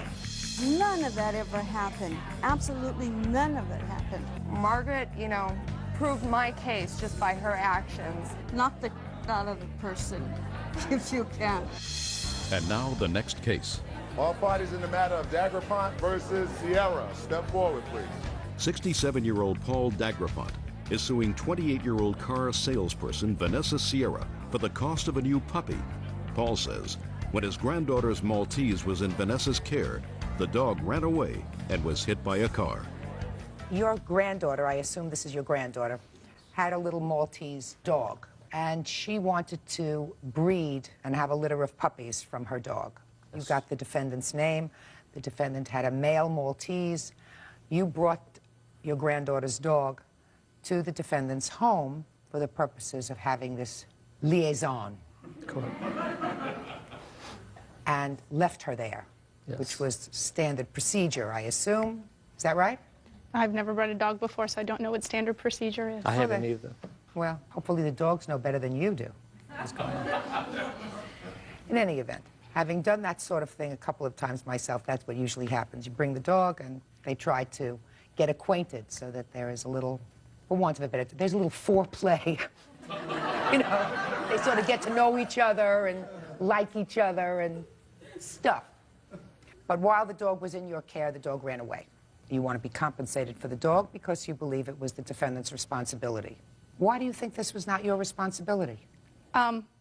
It's not that it's not my responsibility. I'm really sorry for what happened. Of course you are.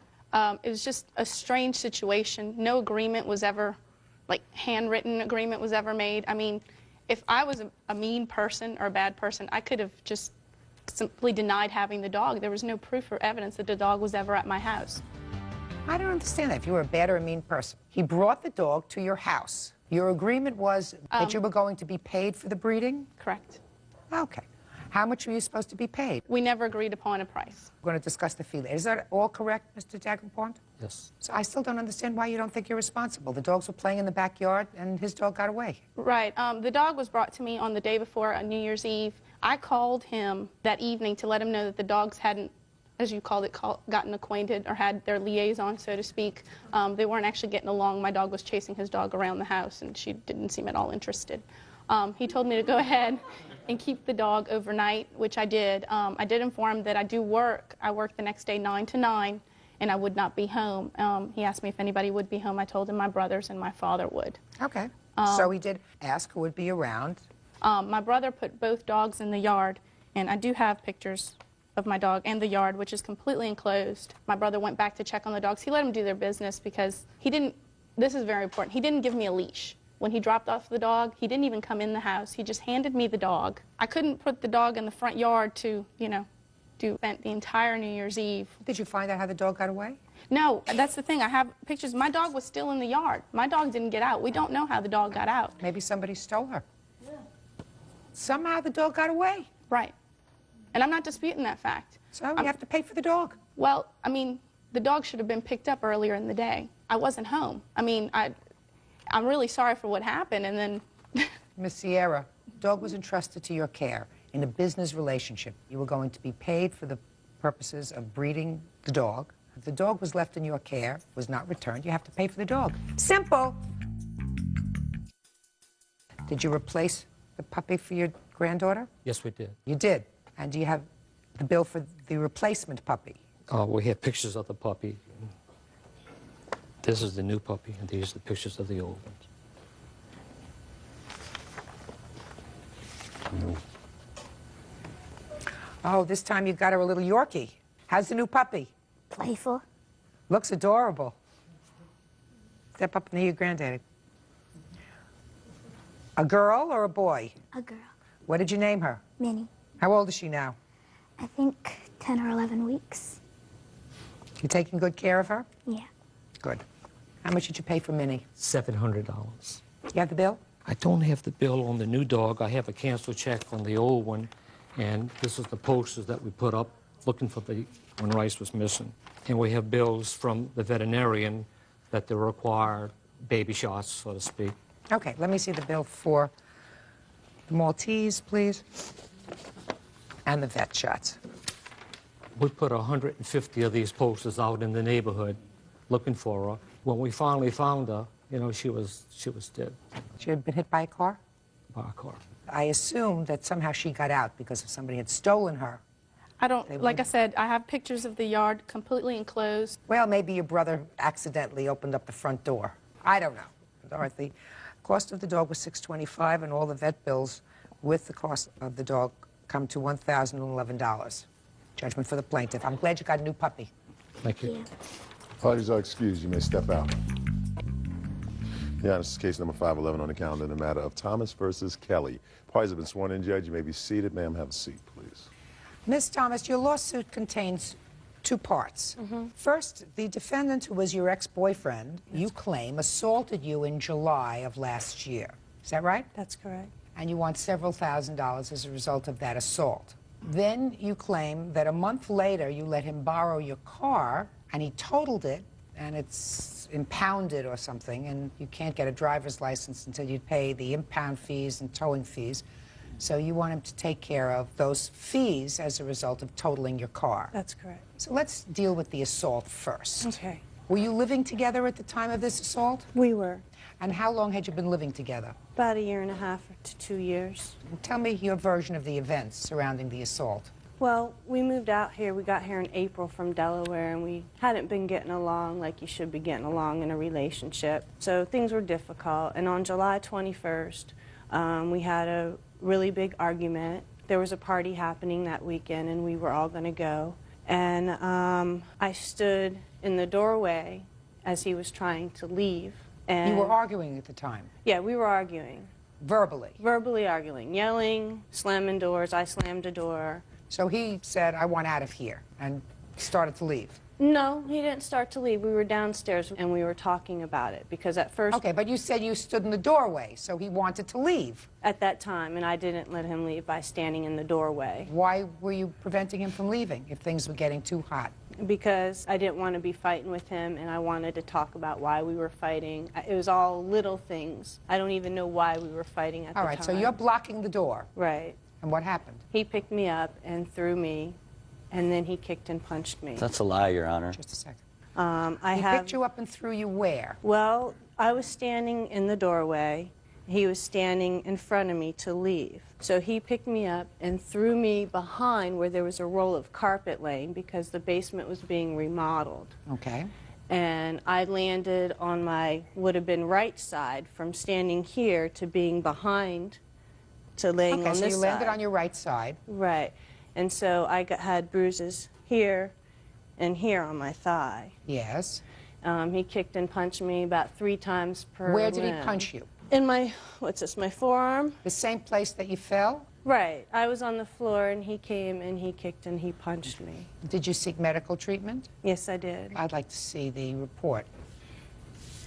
This is a letter from my psychologist. I'm not interested in the letter from your psychologist. If you sought medical treatment as a result of your injuries, you have a report from either an emergency room or I didn't from a go doctor. to the emergency room. I called 911. Do you have a police report? They did not give me a police report. And this is what I have that I called 911. I didn't tell 911 that he kicked and punched me at the time. Of course you didn't. Because he Because he didn't. He was on probation because from he Delaware. didn't. And I have a picture of my leg that is bruised from him kicking and punching me that he didn't do. I also have a protection order that I filed as a result of this. Ms. Thomas, I want to ask you a question, madam. He's trying to get out of the situation. I see a mark on your leg. That's a bruise from a kick. Maybe. He said you tripped over carpet, but there's no question that he was trying to get out of that situation. Let's go further for a second, Ms. Thomas. After this alleged brutality, you continued to live together. If I can explain. Just answer my question. Yes, we continued to live together. On what date did you lend him your car? I lent him my car September 15th. Okay, so you lived together for at least 2 months after this incident occurred. I didn't want anything to do with him, and he begged. He said we could go to therapy together and get help for this problem that he had, and that we could work it out because he wanted to spend eternity with me. Okay, Ms. Thomas, and so, listen to me. You claim that he assaulted you, brutalized you. You did not report the fact that he brutalized you to the police. No, because he was on probation. I didn't want him to get in trouble. I just wanted him out of my life. In fact, the day after all he was trying to do was leave the house. I packed all of his things for him, even. Just a second. He wanted to leave. You were arguing. He wanted to leave. By the way, did you go to that party that weekend? Me? No, he did. And when he got back, all of his clothes were packed and tarped on the porch so he could get out of my life. Fine. So that was the 3rd week in July. July 22nd, when he came home. Okay, so all of his stuff was packed? Yes. Did you leave? No, ma'am, I did not leave. All right. Now, you want to tell me your version of the events of the 21st of July? It started off in the morning. I knew that there was a party, and Janine and I had been getting along like sort of like an ocean, up and down. And the morning was pretty nice, and I asked her if she wanted to go to this party with me. And then I don't know what happened throughout the day. We got to arguing. The arguing just got worse and worse and worse. It just got to the point where I didn't want to be there anymore. You know, the situation wasn't what it should have been. And I said, you know what? It's time for me to leave. I need to go. She stood in the doorway, wouldn't allow me What did she to say leave. when she stood in the doorway? She's like, no, you're going to stay here and we're going to talk about this. We're going to make something right. And we'd been arguing for at least an hour. And it didn't seem to me like that we were getting anywhere. We were just butting heads. So I walked toward her, and she had her hands on the door frame, and I sort of pushed through her. There was a roll of carpeting because the basement was being remodeled, and it stuck about this far out into the doorway. And when I pushed through the doorway, Miss Thomas started to fall back. When you pushed through the doorway, and you pushed her. Yes, you ma'am. had to have pushed her. Yes, ma'am. Even according to you. You didn't push the doorway. She was standing in front of the door, so you pushed her, and she tripped over the carpet? She tripped over the carpet, yes. As she tripped over the carpet, she grabbed my shoulders and pulled me on top of her. Okay, and what did you do next? I struggled to get up, ma'am. And then when Lorraine's boyfriend, Dennis, came to the top of the stairs, he screamed down the stairs, "You two better quit." Janine let go of me, and I was able to leave the basement. And you left? And I left. Real cases, real people. Judge Judy. Janine Thomas says, during an argument, ex-boyfriend Arthur Kelly kicked and punched her. Arthur says Janine wouldn't let him leave their home, so he pushed her out of the way. Oh, you packed the stuff, put it under a tarp, July 22nd, but he did not leave. No, he wanted to work it out. So he stayed at least until September 15th? Actually, it was about August 1st. I picked him up from a ferry after I got off work. And I was feeling really low because we only get about 5 days of summer in Seattle. And it was a real sunny day, and I wanted to wear a nice spring outfit to work. And I put it on, and when I put it on, I had my bruises hanging out of my clothes. And to go to work like that, somebody would have been like, "What happened to you?" And I didn't want to have to explain to people at work my problems at home. So I had to change clothes. So that was on my mind all day. And when I picked him up from the ferry, he asked me what was wrong, and I said, "You really don't want to know what's wrong because you think I'm full of negativity." And he's like, he pulled it out of me. I said, "Art," I said, "these bruises are on my body still from when you kicked and punched me. And I couldn't wear certain clothes today because of these bruises. I'd have to explain them." And he said, "I'm finished with you. I'm moving out. I'm done. I've had it with this ridiculousness." And so that's when he moved out, 2 weeks after the assault. So how did he get possession of your truck? Because he was in the Air National Guard, and he gave me the, "Why, let's try to be friends." We didn't work out as boyfriend and girlfriend. I was in therapy, and he also was in going to be in anger management therapy from his probation in Delaware. So let's be friends and try to get over this. So I agreed, and we tried to be friends. He would come over to the house, and then he had guard duty on the 15th and 16th of September, and he had no vehicle to get there. And I'm a nice person, and he asked me if he could borrow my car. And I said yes. I said, "But if anything happens to my car, I'm working 2 jobs to get caught up from our move. You have to fix it if anything happens." And he said, "Okay." Okay, so what happened to the car, Mr. Kelly? I stayed the night at the house that night and got up in the morning. Went to the gas station and filled the gas tank with fuel, and I proceeded to head toward work. And I was going down a hill and noticed a red light. And the last thing I remember was hitting the brake, and then I woke up in the guardrail. What time was this in the morning? This was 6:15 a.m. So what did you do with the car? A tow truck came, and the tow truck towed it off to a storage yard. So what is your out-of-pocket expense? Well, they're billing me right now, the last bill from November with the 12% interest was $1,647.34. Why didn't you take care of the car right away, Mr. Kelly? Why didn't I take care of the car, ma'am? That was my question, Mr. Kelly. Yeah, you were yes, driving the car. I understand that. Well, the car almost killed me. I didn't feel that it was, my responsibility. How do I know that?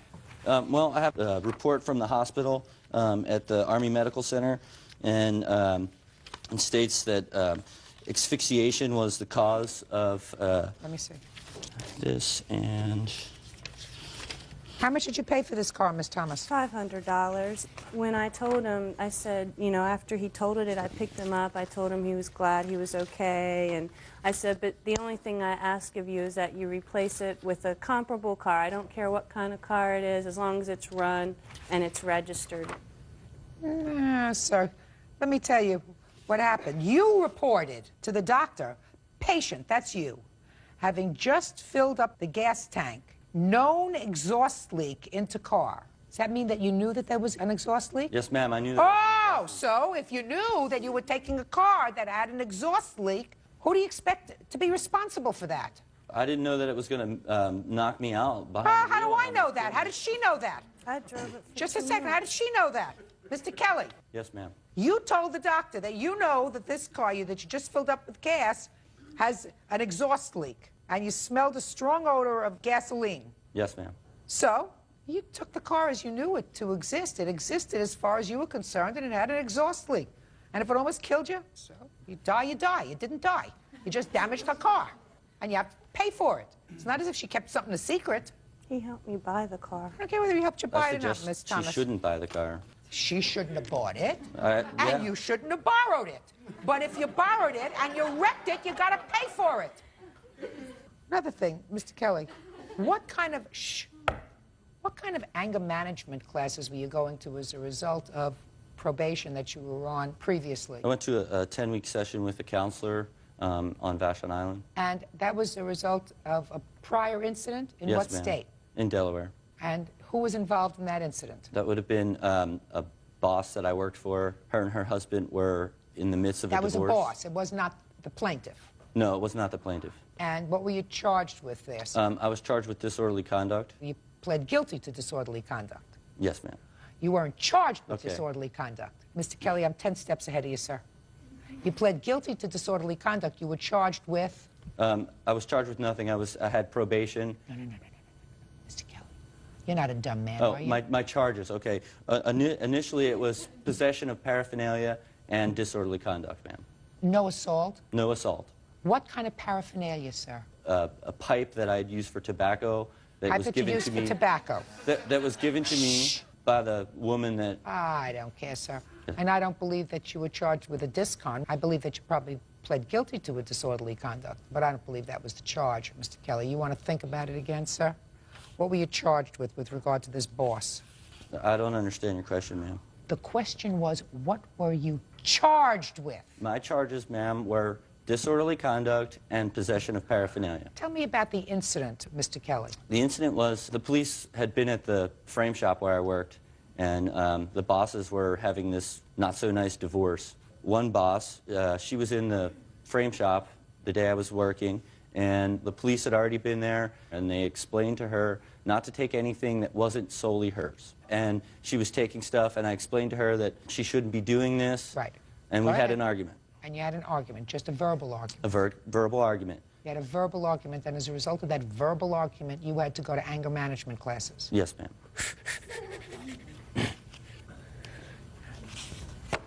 I better stay out of Delaware. All right, Mr. Kelly, I'm not holding you responsible for this incident that occurred on the 21st of July for several reasons. First of all, I do believe that you were trying to extricate yourself from a potentially volatile argument. The fact that Ms. Thomas exercised poor judgment in keeping you hostage there, which is exactly what she did. She prevented you from leaving, and if she got pushed aside and fell over carpet, that's what happened. I'm not convinced that you actually bludgeoned her with your fists, because I'm looking at one photograph that she gave me, and there is a bruise on her upper thigh, which is also consistent with falling over something, which you both agree she did. In any event, subsequent to that, you still maintained a relationship. So, but for the fact of this automobile that you totaled, she would not be here today. But I am addressing the accident that you had, that you are totally responsible for. You took the vehicle, fully understanding that it may have a malfunctioning condition that was dangerous. According to you, it did. I don't know if that was the cause of the accident. At least that's what you reported to the medical people when you were brought into the hospital. You chose to exercise control over the vehicle under those circumstances, and you should have taken care of the car. You didn't. It's going to cost you $2,147, which is the cost of the towing plus interest, as well as the cost of the car. Judgment for the plaintiff in that amount. That's all. Parties are excused. You may step out. He picked me up, threw me behind, and then had to walk to me to do what he did. Never before has a car rendered me unconscious. I was asking her, do I tell him what he did? Because he's on probation. What do I do? You're his friend. What do I do? She's just aggravated my life. If somebody ever hits me again, oh yeah, 911 will know about it. And now the next case. All parties in the matter of St. Aubin versus Williams. Step forward, please. 49-year-old administrative assistant Donna St. Aubin is suing 27-year-old billing clerk Artia Williams. Donna says Artia's 9-year-old son punched her granddaughter in the mouth, knocking a tooth loose. Miss St. Aubin, this is your granddaughter. Yes, ma'am. Your name is Ariel? Step up here, Ariel. And Miss Williams, this is your son. Yes, ma'am. Your name is? Shantae. Shantae, you step up here with your mom. All right. Ariel, you and Shantae were at daycare together. Is that right? And you were sort of messing around with each other. Yes, ma'am. How were you messing around with each other? We were throwing erasers. At each other? Mm-hmm. And based upon what I read here, one of the workers came over and told you to stop. And then you threw one last eraser at Ashante? Hmm? Yes, ma'am. After the worker had told you to stop. Yes, ma'am. And when you threw that last eraser at him, it hit him where? On the head. And then he came over to you and he... Hit her. You hit her. Where did you hit her? In her mouth. And as a result of that, a baby tooth became loose, and you are suing Miss Williams because of her son hitting your granddaughter for $4,500. Oh, it started with both the daycare and the mother. Well, you're not going to get a penny from Miss Williams. This is going to be a very fast case. Okay. Your granddaughter hit him in the head with an eraser after she was told to stop. So she assaulted him with an eraser. And he retaliated by hitting her in the mouth. Why is that a lawsuit? Because she got hurt and he didn't? No. Well, why? Because the daycare worker told me that he started it, and then she threw it back, and then he come back. When she threw it back, he come back with the fist. No. Your granddaughter just told me that they were messing around with each other, throwing erasers. The daycare worker told him to stop. Mm-hmm. He stopped. She didn't. Right. She hit him in the head. He hit her in the mouth. Case is over. Your case is dismissed. Goodbye. Parties are excused and they step out. Down to case number 514 on the calendar in the matter of Savino versus Hoover. Parties have been sworn in, Judge. You may be seated. Ma'am, have a seat, please. Miss Savino, you've known this young lady since she was a little girl. Yes, ma'am. According to your complaint, there came a time when you received a telephone call from her from jail. Correct. What did she tell you? She said that her mother had her arrested and that she spent the night in jail and asked if somebody could come get her. Asked if you could come and get her. And what did you do? Okay, one of the boys that was living in my house at the time had said that he would go to Islip to get her, and he went and picked her up and brought her back to my house. And I understand you have a child. Yes. How old is your child? 18 months. How old are you? 19. How old were you at the time you were in jail? 18. What were you doing in jail? Me and my mother got into a fight, and she had me arrested. For what? I threw a toy, and it hit her. Where was your son when you were in jail? At my mother's. I understand that at some point the child also came to live with you. Yes. When was that? That day we went and picked him up. Okay. Your lawsuit is for room and board. Correct. That the defendant, you claim, owes you for the time she lived in your home. Correct. The defendant and her parents are counterclaiming for cleaning chores that she did in your house, working in your store, and for the return of 2 checks that her parents sent for her support. So that's what the case is about. Did you have a discussion with Amy when she came to your house about living there? Yes, I did, Your Honor. Tell me about the conversation, please. Well, when she was brought back to my house, when she walked in, she was hysterical crying, and she asked me if her and Nico could stay with me. If she and? Nico, her son. Nico. She had been with me like 3 months prior for like a month. Why? She had moved out of her parents' house because of complications with her sister. And how did you know her, by the way? You've noticed that she was a little She lived girl. down the road from me. My daughter and her have been best friends for like 14 years. And her mother is my godmother. So she had lived with you a few months before. So she went to live with the baby's other grandmother. And she had put her in a basement room with no windows. And she didn't want to stay there until she asked if she could come stay with me. This was before? This was the 3 months prior. So I let her come stay with me, and then during that interim, they were there for a month. You know, I was talking to Mary Ann and got her and her parents back together, and she moved back home with her parents. So then when this incident happened, I had told Amy, I really don't have room for you, and I can't afford it. So she had said she would do anything. You know, I will do anything if you let me stay there. I'll clean your house every day, I'll cook, I'll do laundry. And I never made her do that. So I took them in, and then we went and we picked up her stuff and the child, brought it back. I had split up, my daughter had the whole half of the house was a basement room with an outside entrance. And my daughter's one side of it was equal to the other side, and I put a crib in there, and she had dressers. The only thing I didn't buy her was a bed. What did you actually go out and purchase? I had gone out and I bought the baby walking shoes. I bought him clothes. He had a one-year birthday party, and since none of her family was involved except for the baby's other grandparents, I laid out $300 to have his birthday party. I took him to the doctor 3 times, and I paid for one of his co-payments on his insurance. I just bought him a lot of things. So far, you haven't told me about an arrangement you had with the defendant about room and board. Right. We had discussed how much I was going to charge her. And I told her $150 for room and board, I would think would be fair. $150 a what? A week. Okay. Was she working at the time? No. I had taken her 3 times to Department of Social Services to apply for social services. So you didn't expect any money from her, but you expected that if she was approved for public assistance, then you would be getting the money from public assistance. No, she had said to me if she didn't get public assistance, she was going to get a job, and she was going to pay me back all the money she owed me for living there. Or if she won the support case from her parents, because she had a support case pending against her parents. I took her 3 times to a support hearing that her parents were supposed to be financially responsible for until she was 21. So they granted her a temporary order of support from the parents. And it was the temporary order of support checks that she turned over to you? Right, Your Honor. It was 3 And checks. how much was that? There was 3 checks of $75 a piece. I have receipts for them. She had signed the back and turned them over to me. Now, how long did she stay with you? She stayed with me for 4 months, from July 1st to October 28th. And what happened on October 28th? Well, normally when we went out to dinner, we would take Amy and the baby with us. You know, we went to, like, the buffets and stuff. But that day, Amy and the baby weren't home. So my family and I, we went out to the buffet, and we were gone about an hour and a half. When we got back, I had walked in the house, and I had asked, you know, where's Nico's high chair? His high chair and his playpen, and we're all gone. I ran downstairs, and everything was gone. Had you had an argument with her? No. Why did you leave? Because my son's grandmother told me that she had a conversation with Marge, and Kurt, her husband, said that if I want to move out, he's not going to give me any of my stuff. Where did you go when you moved out of the house? To my mother's. Okay. Now, I want you to tell me about your counterclaim. Well, I cleaned her house. I didn't expect any money at all, because I figured I was living there. I'd clean her house, I'd go to work with her to her shop, and I'd help her out, and I wouldn't have to pay her. But then when I went to go get child support for my mother, she said, well, you're probably going to get a lot of money, so just give Kurt like $1,000, and he'll be happy because he's been bitching or whatever.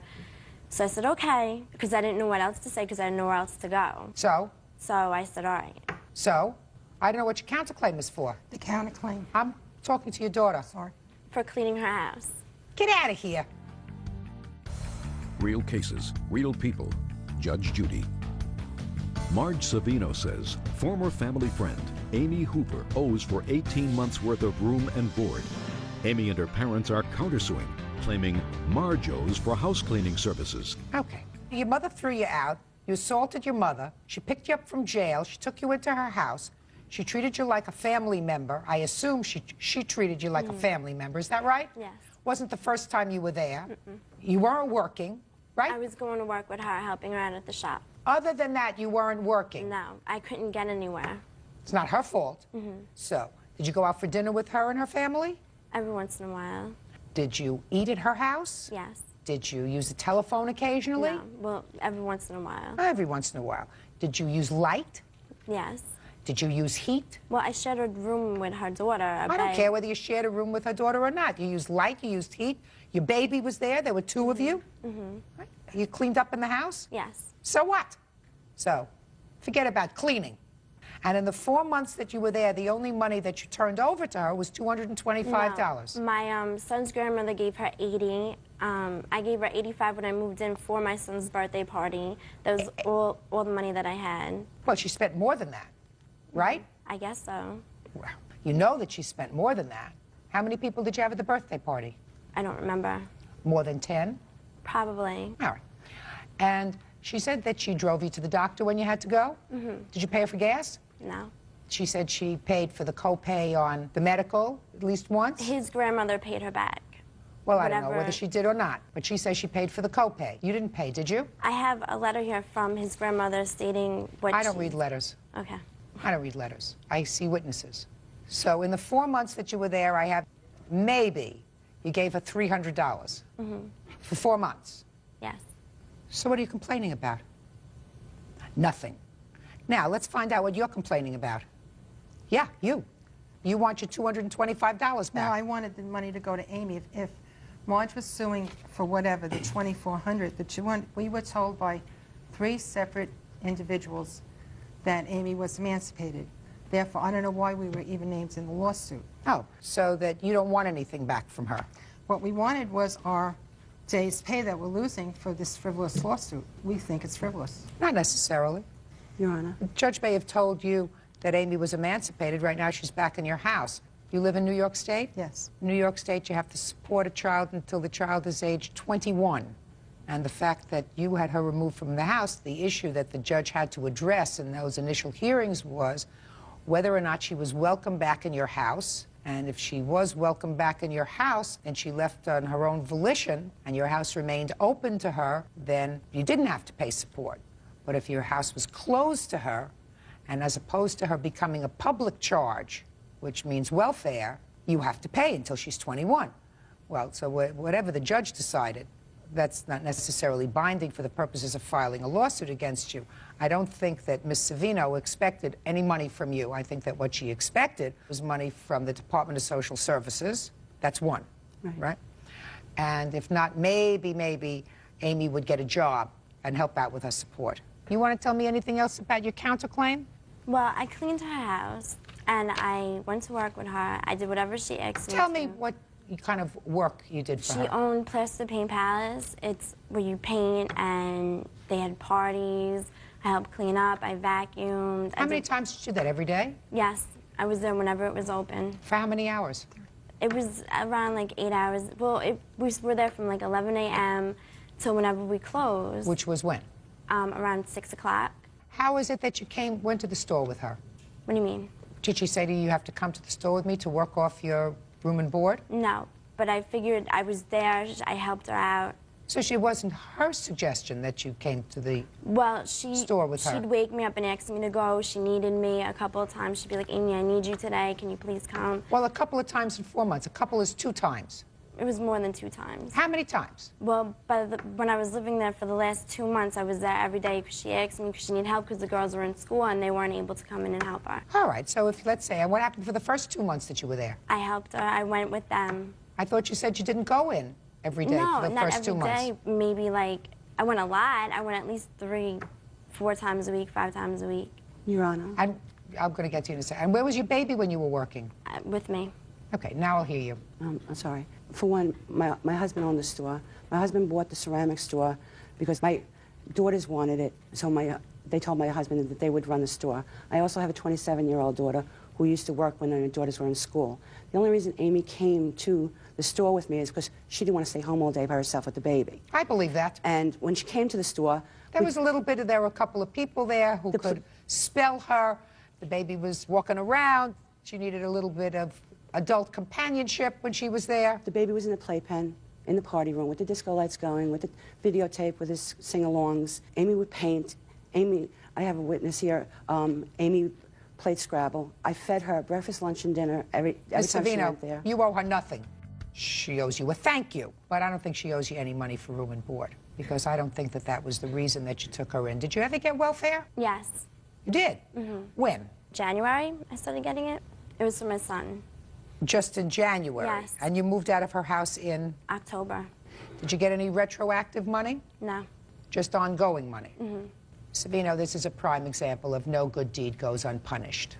Your Honor? Yes. And the reason I did bring the Hoovers into it is because when I took Amy to her support hearings, they did say that they were responsible for her support from the time till she's 21, and she was granted a temporary order of support, you know, because, like I said, you know, I laid out a lot of personal, funds to support them. I don't have that. I understand that. However, ultimately, whatever checks she got from her mother and father, she turned over to you.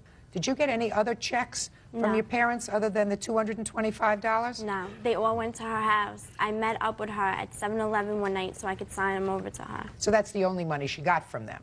Now, the temporary order evidently did not become a permanent order. No, they were supposed to go back the end of November. But it did not become a permanent order, and by that time she was back home. As I said, Miss Savino, no good deed goes unpunished. Whenever you get in the middle of a family dispute, you always end up losing a friend. And I assume that you've lost the Hoovers and their daughter as friends. My most is the baby. Is the baby. Was Miss Savino good to your baby? Yes. There is no law that permits Miss Savino in any jurisdiction, certainly not New York, to petition a court for visitation. But clearly, Miss Savino, in order to have contact with the baby, you have to have contact with Amy. I understand. And at this point, I don't think that that's a good idea. For you and your family, I don't think that that's a good idea. Were you happy that your daughter went to live with Miss Savino? I was surprised that she went to live with Miss Well, where did you think she was going to live after you had her arrested? She was supposed to go into a home, a temporary shelter, and she was supposed to get counseling for anger management. That's what the district attorney had told us. Shelter is not a very pleasant place, as I opposed to living with a family friend. So why wouldn't you be really happy if she were living with Miss Savino? Well, we wanted her to come home. She had been back and forth several times, right? And clearly she needed a cooling off period. Yes, she did. So Miss Savino served a real purpose for your family. That's correct. Sounds to me as if you owe her a major thank you. Have you ever given it to her? Well, we were told otherwise by the court that, Told what that otherwise? Amy was going into a shelter. She would get help for anger management. That's what the district attorney told my wife, and we believed that. And we wanted her and the baby home. As opposed to going to a shelter, which is where you say the district attorney suggested, she went to a family friend who you knew would take good care of her and take good care of your grandson. No, we didn't know that. There's more to it than that. Really? Miss Savino takes in other teenagers. She had teenagers living in a shed behind the home. It was illegal. It's not a two-family home. She also collects, or she told my wife that she collects Social Security disability. And here she is working in a shop. What does that have to do? She employed my daughter full-time. Get out of here! In the shop. Get out of here. Well, your daughter couldn't stand the idea of staying home in her basement room with a baby at her age 18, by herself. So she went to a place that was very pleasant with other young people. That's where she spent her day hanging around. And if she happened to do a little cleaning up there from other kids painting, get over it. Marge did write us Get a over letter it. and complaining about wanting money. She wanted $1,000 a month from us. That's not unreasonable. My It's wife, not her responsibility. Your daughter is not her responsibility. Your daughter and your grandson are not her responsibility. They may not be your responsibility because you fought the support hearing. You were found not legally responsible for her support because she had emancipated herself, but certainly, as between you and the plaintiff, it's your ball of wax, not hers. She didn't raise her. You did. Correct. This is not her grandson, it's your grandson. You shouldn't have taken her in. Should have left her in jail. She shouldn't have taken her in. Your Honor, if I didn't take her, she wouldn't have had anywhere to Ms. go. Savino, I go back to something I said to you before. Never going to get through to them. Just pay attention. No good deed goes unpunished. You got it? Ms. Savino, you don't get money from her. You don't get money from them. But they certainly don't get a dime from you. You cleaned up? Good. You went to the store? Good. What are you doing now? What part of my language didn't you understand? What are you doing now? I'm taking care of my son. Period. Yes. And where is the father of this child? He's away. Away where? On a cruise? No, in jail. For what? Well, he robbed his aunt's house in '99. For robbery? Yeah. And then he violated parole? Yes. Ah, how did I put that all together? You're an exercise in poor judgment, Amy. Grow up. That's all. Parties are excused. You may step out. Your Honor, this is case number 481 on the calendar in the matter of Andrews versus Lechner. Parties have been sworn in, Judge. You may be seated. Ladies, have seats. Mr. Andrews, You, for a brief period of time, dated the defendant, and I gather from your papers lived in her home. Is that right? That's correct, Your Honor. She has 2 young children. That's How old are her children? Actually, she has 4 young children. The 2 that lives with her are a 6-year-old named Sean and a 4-year-old named Christopher. All right. When did you move into her house? Right around the 12th of November. Of last year? Of last year. Let me look at your claim very carefully, sir, because you claim 2 injuries to your car. That's correct. You say that in November, 2 of her children caused some damage to your car. So that was shortly after you moved in. That's correct. All right, tell me about what happened. One of them jumped off a roof and ended on the hood of your car, and then the other one threw a pebble and broke a light. Is that right? Sean, Is that right? Is that about right? Well, one was a deck. It was about waist high to me. Just one of them jumped on the hood of your car. Yes, that was Christopher. And the next time something happened to your car, one of the kids was throwing some pebbles and broke both my low beam and high beam on my headlights. The glass. Yes. Cost you $40-some-odd to fix that. Is that right? Okay. Now, did you continue to live with the defendant? Yes, I did. What did you say to her about this damage I to the car? told her about it, and she goes, well, my next payday, you'll get your little headlights fixed. When I confront her about the hood, she goes, well, Steve, why don't you just sue me? Okay. And you didn't, just a second, and you didn't sue her? No, I didn't. Not at that time, because I was still dating her. Right. You were still dating her, living in her house, sleeping in her bed, right? Sleeping on the couch, mostly. Well, that's your problem. Shh, please. That's your problem. But living with her. Living with her. So I'm not interested in the damage that her kids did to your car, sir. It's irrelevant. You were living there if you felt as if the children were beyond control. What you would have done is you would have packed up and gone back to your mother's house, which you did subsequently, but much later. Now, you decided to move out on what date? I have it here. It was January 12th of 2002. Oh, okay. So you stayed a couple of months. Correct. And on that evening, you had some sort of an altercation with the defendant in which you claimed that she damaged your car. So that you can tell me about. Okay. I had went and moved back in with my mom. Charlene had come to my mom's place saying that she wanted to talk to me. When I went and go to the door, my mom went to the door, ordered her off the property. She went, started her car, kept inching her car back into my car, hitting the front of my car, setting off my car alarm. And then she sped out of the place where we live, which is a 5-mile-an-hour zone, doing about 45, 50 miles an hour. Then, when I went out to shut off my alarm, my car was still shaking from her backing into it. And you say that she did some damage to your car? Yes, she did. I have an estimate right here. Well, I'd like to see the photographs and the estimate. I don't have photographs because I do not own a camera. This is an estimate right here. You own a car, but you don't have a camera that you can put your hands on? You don't have $7 to go buy a disposable camera? At the time, I just started my job and I hadn't received my first paycheck. Then you borrow it from your mother if you plan on suing her for the damage to your car. I mean, I have to see some photographs. How do I know what this is all about? This says hood panel. I'm not interested in what the kids did to your car, sir. You stayed. That was your choice. But for the fact that you decided to separate, you would never have brought up the incident with the 2 children. So I have no idea what the damage you attribute to her is. Do you? The front valance, since it's a fiberglass car, was misaligned. It cracked the lower air dam or spoiler. Lower deflector? That would be the front valance. How much does that cost? Was $221.50 for the air dam itself. Why did you hit his car? Were you just angry? I didn't hit his car, Your Honor. I have the proof right here. Let me Pictures, see. everything.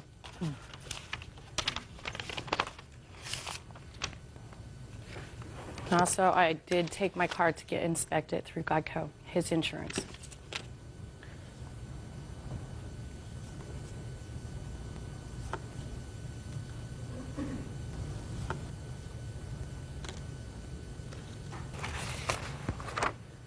Well, according to this, and this is done by Geico Direct, it says, I do not see any signs of damage that would indicate that this vehicle backed into another vehicle causing any damage. No paint transfer on the bumper. Bumper had not been washed. Geico said that they found no evidence that the car was damaged, sir. Okay, now let's deal with your counterclaim. You say that the plaintiff called Child Protective Services with regard to your children. Did you do that, Mr. Andrews? Yes, I did. When did you do it? 2 days after I left. Tell me why. I had witnessed her. She was sleeping on the love seat. Her kids were watching TV, and I guess one of them had changed his channel from one cartoon to another. And so the 4-year-old started making noise, and she grabbed him by the throat, picked him up, and threw him on the ground and said, shut the F up. When did she do that, sir? the day before, like the Friday I had left, or the Friday before I left. And then when the 6-year-old started crying about it, she picked up an ashtray, threw it at him, hitting him in the head, saying, "You shut up too, you little bee." Is that what precipitated your leaving? That was part of it. There was a lot What of do you stuff mean leading part up of to it? it. What did you say to her when she did that to the children?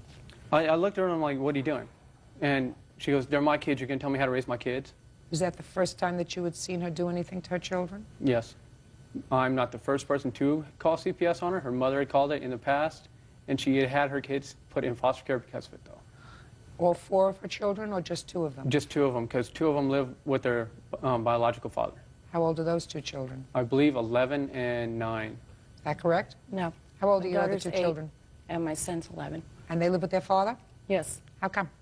He went to court and did not notify me and got custody. Whatever. They live with their father. That's Yeah. not true. That's not true. You have to tell the whole story. I mean, I was in family I court am. for a long time. No. Real cases, real people. Judge Judy. Stephen Andrews says his ex-girlfriend Charlene Lechner owes for damages she and her children caused to his car. Charlene says Stephen told Child Protective Services that she physically threatened her kids. If somebody goes to court and doesn't notify you and you find out, you wake up one day and you look around the bedroom and you say, aha, 2 of my children are missing. What happened to them? Then you go back to court and you say, listen, I wasn't notified of this hearing. I didn't get notified until they got picked up, Your Honor. So they got picked up where? With the police and him waiting for him. There's a lot more to that story, madam. How long have the children been with their father? For about 2 years. Do you visit with them? Yes, I do. Okay, so you have visitation rights? Yes. Good, so you knew enough to go to court to get visitation rights, and Yes. the court gave you visitation, but the court did not give you custody. Not yet, Your Honor. I'm still fighting. Not yet. That's not going to happen. Yeah, these 2 other children are 2 other children from a different relationship or the same relationship? Different. Have any of your children ever been in foster care? Yes. Which children have been in foster care? All 4 of them. For how long? For about 1.5 years, 2 years. Mr. Andrews just described an incident that he says he witnessed in your home. Did that happen? No. Anything like it? No. Do you ever have a substance abuse problem? No. I'm not going to be able to determine, Ms. Lechner, whether Mr. Andrews made this call maliciously. He says he did. Do you have any proof that he made this call maliciously? Yes, I do. I'd like to see it. I've got the CPS worker's card, the one that came out to do the investigation. And he had taken my boys separately and talked with them.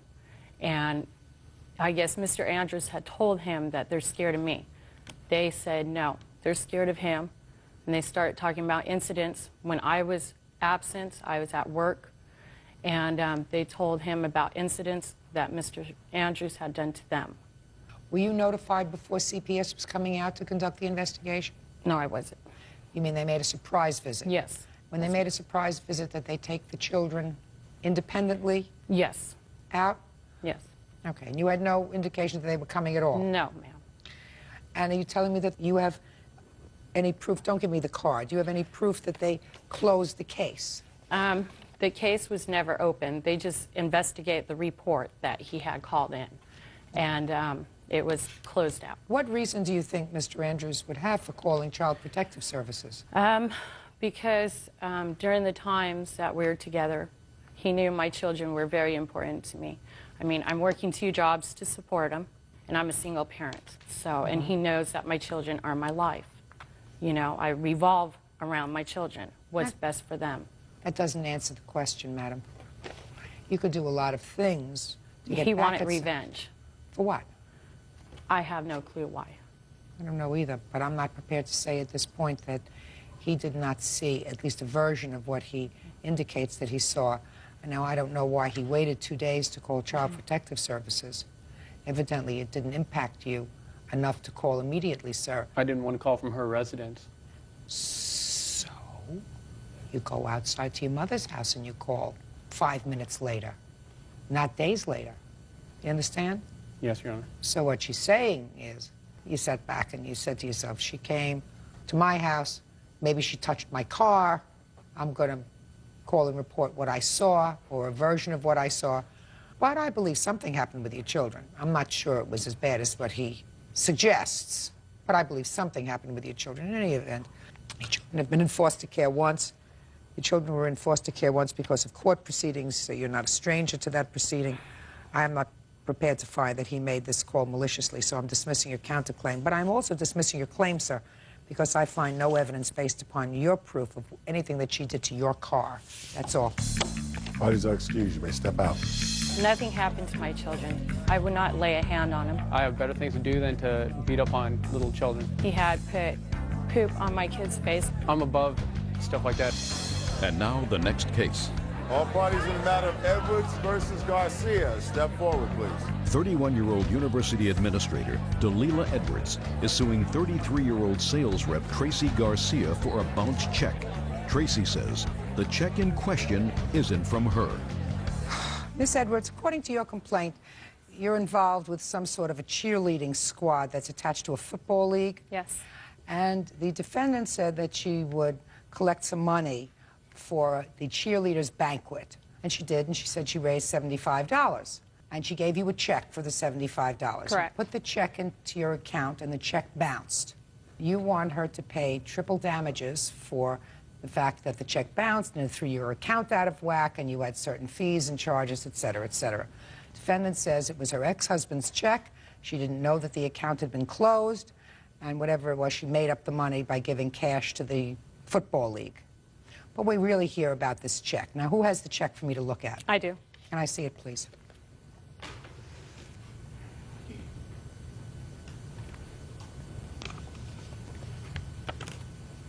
So she did not sign this check.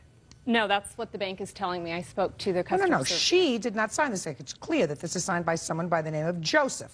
Correct. So she gave you Joseph check for $75. Correct. You deposited Joseph check into your bank, and Joseph check bounced. Yes, it came back actually unable to locate account, which means the account has been closed for more than 6 months. And when did she give you this check? On what date? December 6th, the evening of the banquet. I was in contact. On December 6th, she gave it to you? Yes. Well, it's dated December 8th. I see. Check is dated. How did you come into possession of this check, Ms. Garcia? My ex-husband gave that check to me to give to them. To give to them? Why would your ex-husband give you a check to give to them? Because when I had originally received the sponsorship money, it was in a check and it was made out to me. When I asked them what I should do with that, they told me to go ahead and cash it, and then I would give them the money. So the night of the banquet, my children were home with the chicken pox, and I didn't have time to go to the bank, so I told my ex-husband if he could give me a check and I would give him the money. Where is he? How did you get in touch with your ex-husband? Well, we still stay in contact, and he was at home. I went down to his home. He gave me the check, and I told him on Monday I would give him the money to cover the check. And he agreed upon that. Well, I had no idea that this account was closed.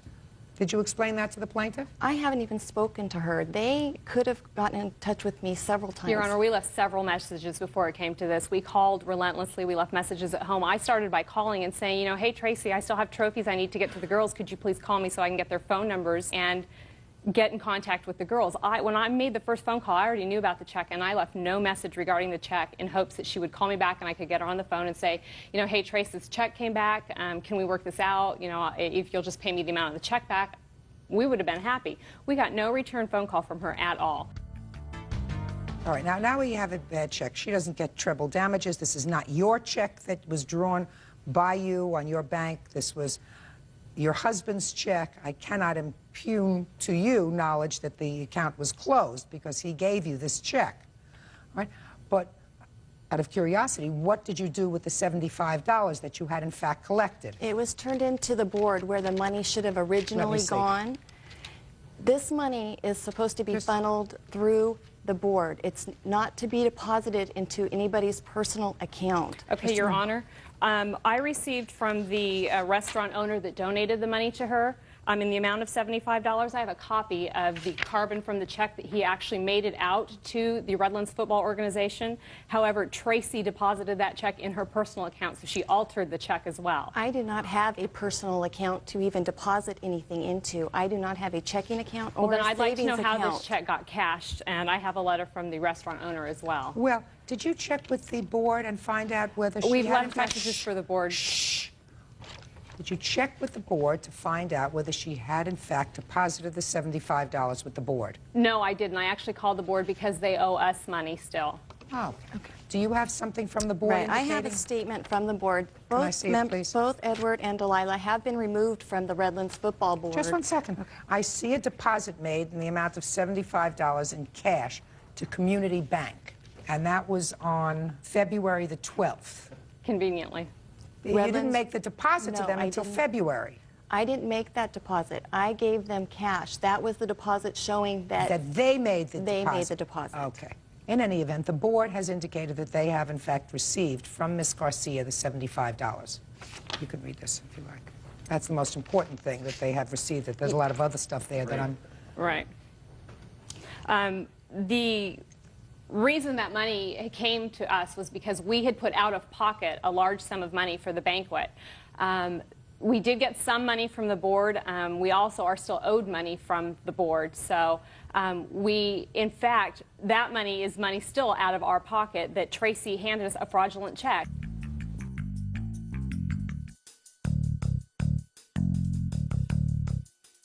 Ms. Edwards, she did not give you knowingly a fraudulent check. I want you to stop for a second. Okay. There is no proof, and you do not have any proof, that she knew at the time she gave you this check that this was a closed account. I spoke to Bank of America, whom the check is drawn on, and they provided me with some additional information regarding the check. They can verify that that account has been closed since March 10th of 1998, and the signature does not match the signature they have on file for Mr. Whatever. You cannot establish that she knowingly gave you a bad check. This was clearly not a joint account. It was in his name only. His name only. So that being the case, and if the money is supposed to go to some charitable organization, she collected $75. She turned that money over to the board. I'm sorry if the board still owes you more money, but she doesn't owe you anything. Case is dismissed. Parties are excused. You may step out. This is case number 577 on the calendar in the matter of Soule versus Gifford. Parties have been sworn in. Judge, you may be seated. Folks, have seats, please. Ms. Soule, you and the defendant have a child together. Yes. According to your complaint, the defendant came to visit the child and stayed overnight. Mm-hmm. You claim that he stole your wallet, which contained your debit card, and used it to the tune of $175. Yes. And the defendant says he didn't do it. Now, you didn't see him take your wallet. No, I did not. But you had your wallet when he was there. Yes, I did. And then from your complaint, when he left, you went to work the next day and you didn't have your wallet. What did you do at that point? Well, I decided, I thought maybe I misplaced it somewhere, so I looked all over the place. It was not there. So I called his cell phone, which is the only number I have, and I left message after message to call me back to see if maybe he saw it somewhere. And he never called me back for days and days and days, and I didn't hear from him until like 2 days ago. But I started getting overdraft charges at my bank. They started mailing me overdraft charges. Give me the date that he was there. February 17th of this last year. Okay, go ahead. So they gave me a printout of my bank statement. So I have here printed out, circled the ones that I did not do. So they went and they started filling out paperwork to do an investigation to find the money. So all my money is on hold, but I have proof here from that. So I went to the places on the paper to talk to the people that work there, maybe get receipts. Were they stores? Yes, they're stores and a gas station. And I got credit Purchased slips from Pyromania Glass Studio. What is that? It's a glass blowing place. They buy glass floats. Uh-huh. I mean, that's all I saw when I went in there. Okay, and what other store? Chevron gas station. So whoever it was who took your wallet made a purchase and used a debit card for $145 for a piece of glass. Yes. And then $30 for gas. Yes. Okay. Were you able to get the receipts? I was, and they made copies for me. And right now I have a witness right now, Rena Salzer, who is a handwriting expert, and she can verify that those are Scott's handwriting. So on the 17th, which was the day he left, left on the 17th. So on the 17th, someone purchased this piece of glass for $145. And then on the 18th, someone purchased gas for $30. And I knew that wasn't me. I only get gas in Toledo, so that wasn't me. And this is in Newport. Newport, Oregon. Oregon. Where does he live? Newport, Oregon. Well, I don't know where he lives. He stays wherever he wants, but... Is that where you were living, in Newport, Oregon? I am now. I wasn't at the time. I was living in Toledo. What are you doing in Newport, Oregon now? Who lives there now? That's just where I ended up living, just because I didn't feel like living with my parents anymore. Didn't feel like staying with my mom's. And as far as her wallet goes, I would have been gone the day before, but she refused to give me a ride home. And I've never seen her wallet. I have my own.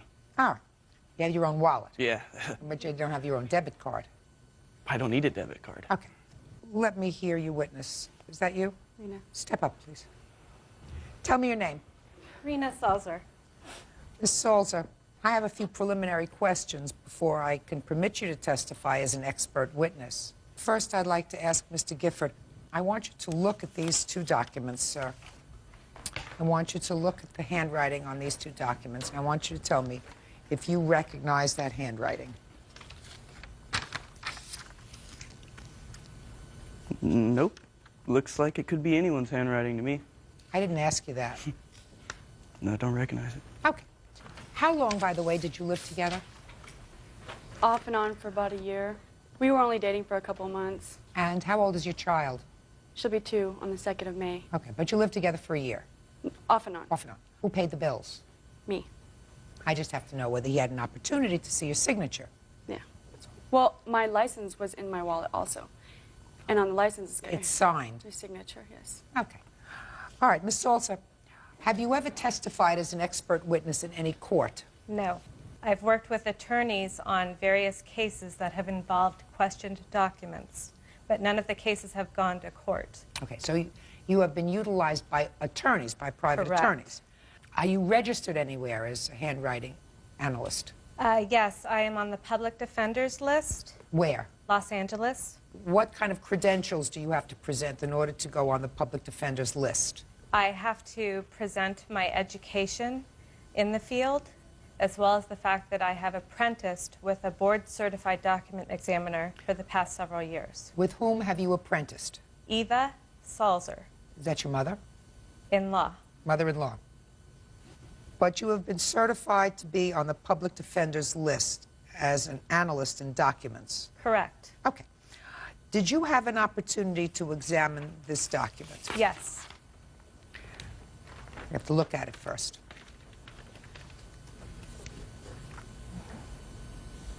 And I also have exemplars of Mr. Gifford here, if you would like to see them. How did you obtain the handwriting exemplars of the defendants? They were given to me upon my arrival here today. Here? Correct. Good. So your analysis of the handwriting was really done today? Correct. Can I see the handwriting exemplars that were furnished by Mr. Gifford?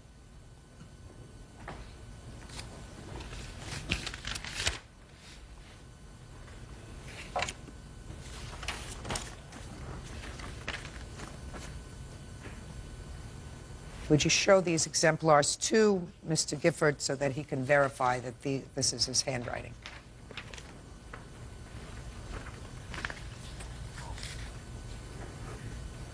Is your handwriting, is it not, sir? Yep, sure is. Okay. Were you able, Ms. Salzer, to draw with a reasonable degree of scientific certainty a conclusion with regard to whether it was Mr. Gifford who signed the plaintiff's name to these two debit slips? Yes. And what was the conclusion that you drew? My professional opinion is that it is highly probable that Mr. Gifford executed the questioned signature. Testifying on Carrie's behalf is handwriting expert Rena Salzer. Now, on what do you base that? The idiosyncrasies present in Mr. Gifford's handwriting, or his signatures, are also present in the questioned signatures of Ms. Soule. Explain it to me. I have both in front of me. Okay. The formation of the capital S is identical. It is a rather peculiar formation at that, so that is definitely an identifying characteristic. They both have the same slant and letter proportion. You'll notice that the height of the upper extensions goes quite high up. Mm-hmm. The eye dots are dashed. The connecting strokes are rather jagged, so the movement of the writing is very jerky looking. The relationship to the baseline is also consistent. It either rests on it, goes a little bit below, or a little bit above. The stroke structure of the small a and o is also formed similarly, an initial loop that is horizontal in the way that it is formed.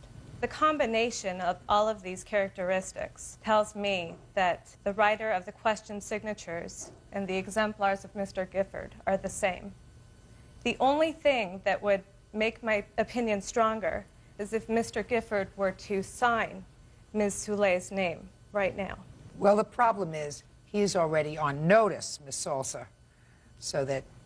Okay. Do you understand? He's Yes. already on notice that that's what you're asking him to do. But I have followed very carefully your testimony with regard to the various structures of the letters, with regard to how he dots both signatures, the letters that you refer to.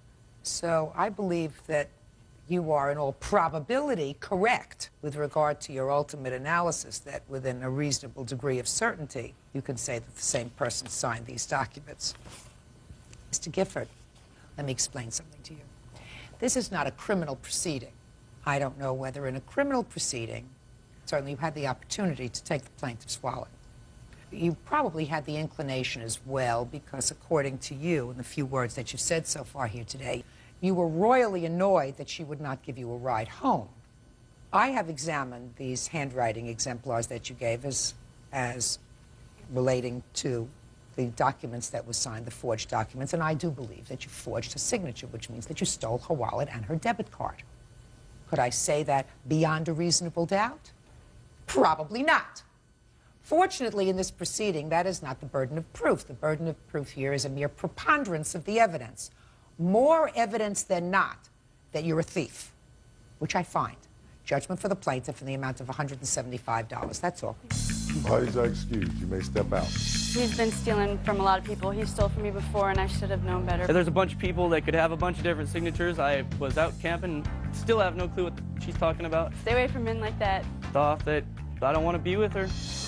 And now the next case.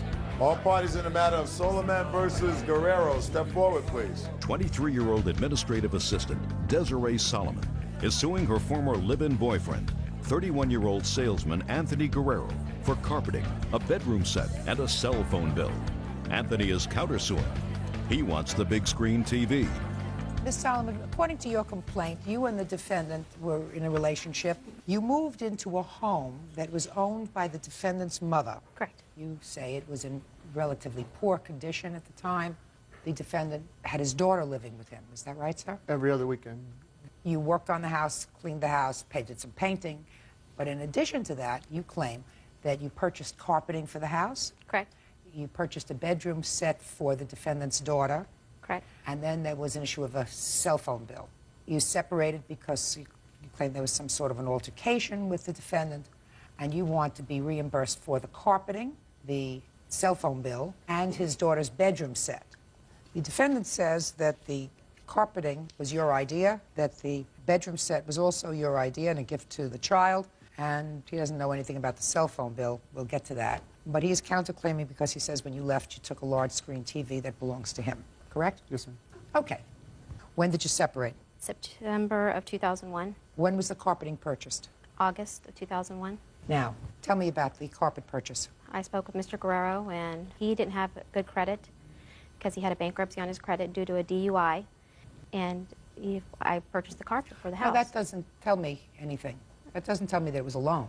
Well, he knew that was an agreement. He told me he would pay me back for this carpet if I purchased it for this house. Tell me the conversation as you remember it. I think I remember it. We talked to each other on the phone, and we came to the agreement. He had some green carpet in there that was his mother and his stepfather lived in, and he smoked, and the carpet was just kind of like riddled with smoke, and his dad, I think his stepdad was like alcoholic, and it just didn't have a good smell to it. Let me hear the conversation. Usually when two people are living together and they want to buy something, they say, listen, the carpeting is really gross. Right. Now, let's get rid of it. And that was the conversation, and he agreed to pay for the carpeting. Is that right, sir? No, ma'am. Let me hear the story. Your Honor, if we would have had a conversation like that, we probably would have had it at the house where we sit down and made a decision Tell like me that. how the carpeting came to be put down in the house. She went to the carpet place, picked the carpet out, picked the design of the carpet, made the color of the carpet all by herself, told me, hey, can you take this day off? I bought carpet, and they're going to be putting it in this day. Can you take this day off and be there to do it? I said, you did what? She goes, yes, I got carpet. I go, why? Well, it doesn't match the furniture.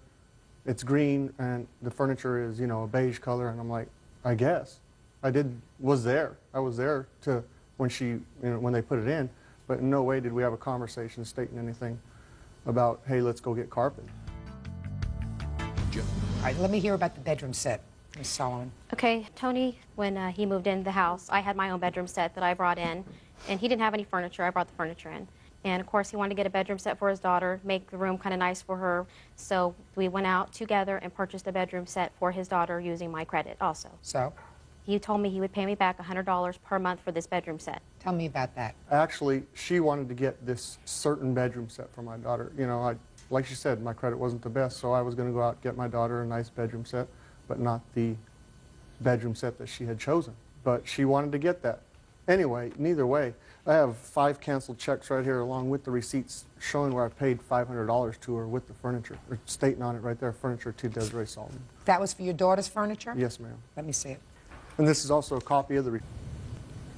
Did he give you $519 towards the furniture? Yes, and that was with the cell phone bills. He told me he was going to help me pay for the cell phone bills. Just a minute. This says furniture on it. Yeah, I know, but 1 month it was for cell phone bills. He paid me 2 payments in 1 month, and one was that to help me with the cell phone. How much was the furniture? $579, Your Honor. Is that right?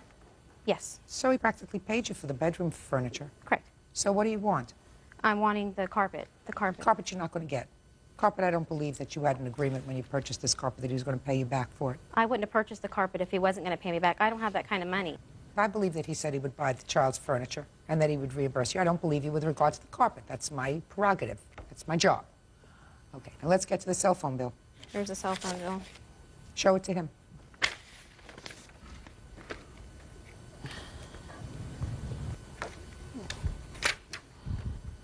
Your Honor, we broke up in September. She has bills here for October. Because you told me to keep the phone on and you would pay me. She has Because bills. I didn't want to get charged an early termination fee, $150. I don't even know what she has on here. It's your phone number. Did anybody use the phone after you separated? Yeah, he did. Did you pay any of those bills? No, ma'am. You did not? All right. So I asked her to send me a list so I could look at phone numbers, Your Honor, and she sent me one piece of paper saying an amount on there, and that was But now you looked at the bill. Yes, Your Honor. Okay, and how much is that bill? Altogether, $399.17. So between that and the $79 that he owes you still for the furniture, because he only gave you $500, the furniture was $579, that's $478. Correct. Okay, good. Now, tell me about this big screen TV. Your Honor, one day I came home from work. She's a very materialistic person. She wanted this, she wanted that in the house, she wanted everything perfect in the house, so she could have people over, show everybody how nice our house was. Good, but that's what women do. Fine. Women nest. I come home from work one day. Mr. she Guerrero, has- women nest. You don't care if the carpet is green and the furniture is orange. Men don't care about that. There are some men that care, most don't. Okay, so she's materialistic, she wanted her house to look nice. Right, so I came home one day, she says, I'm walking in the living room to the TV room, she's standing there looking like Vanna White with a big TV. And she tells me, this is for you, now you can have your friends over here. Because there were times on the weekends where I was going to my brother's house, my cousin's house, watch football, they had big screen TVs. She goes, this is for you, I bought this, you can have your friends over here. So what you're telling me is she bought the TV as a gift for you. Right. And then when she left, she took it. Right.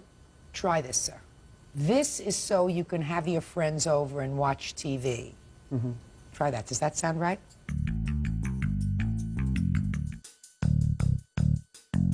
So you want the TV and the new carpet? Right. She's got the TV now, right? Right. She keeps it. Okay. Perfect. Okay? Yeah, I've been making payments on it. I had the statement here. He's suing for $3,000. I think it's kind of funny. The TV's only $2,000. Listen, you keep the TV. Okay. Out of this deal, it cost you a little bit of beige carpet? It cost me more than that, you know. Probably. And a cell phone bill. All right. He owes you $478, judgment for the plaintiff. That's all. Parties are excused. You may step out. Your Honor, this is case number 571 on the calendar in the matter of Harper versus Boozer. Parties have been sworn in, Judge. You may be seated. Ladies, have seats, please. Ms. Harper, the defendant was a friend of yours, according to your complaint. You loaned her some money. According to you, you have a note to prove the loan. She did not repay you the entire amount, and you want it. Is that what this is about? Yes. Defendant says she borrowed some money, not as much as you claim. She paid you back every cent that she owes you. So, when did you make this loan and why? I made the loan to Lisa on 6/20/01 because she had written 6 fraudulent checks and she needed the money to repay the checks. Well, how did you find out about this need that she had for the money? She called me on 6/19 at 10 o'clock in the morning and asked me to pick her up from work because she had a warrant out on for these checks. So. She had a warrant out? Mm-hmm. How much money did she tell you she needed? $1,200 and something dollars. Go ahead. I had a loan that I had previously and I had paid it off. So she asked me if I could help her. Could I see if I could borrow the money from there to help her out? What money? Explain that to me. I borrowed some. I had a loan already at First Franklin. It was, you know, where I could go back and borrow money if I needed to. So then I called them and I asked her, could I borrow $1,200? And she said I could borrow up to $2,000. So I told her I didn't need that much, that I needed $1,200. So I had to do $1,500. Why did you have to do 15? I couldn't borrow $1,200. So let me see the loan papers where you borrowed $1,500.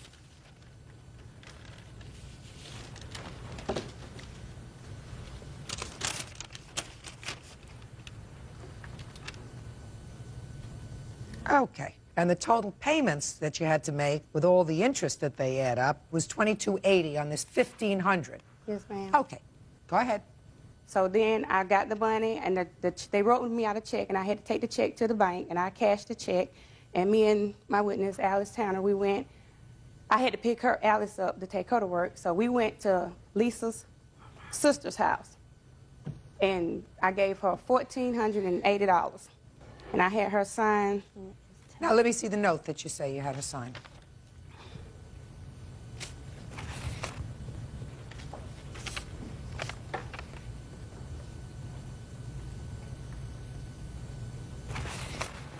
Would you show the defendant this and ask her if it's her signature? Is that your signature? Yes, it is. Fine. Okay, so I'm going to read this note. It says, I, Regina Harper, that's you, borrowed $2,280 from First Franklin Financial Corporation on 6/20/01 for Lisa Boozer, in which she, Lisa, agrees to pay $100 on the 20th of every month until the balance is paid in full. And you signed that? Yes, ma'am. Okay. So, how much did you give her back? Judge Judy, first of all, it was 5 fraudulent checks, okay? The total came up to $830. I have the receipts right here where I paid them. I had $100 of my own money. My mother gave me $30. Regina only gave me $700.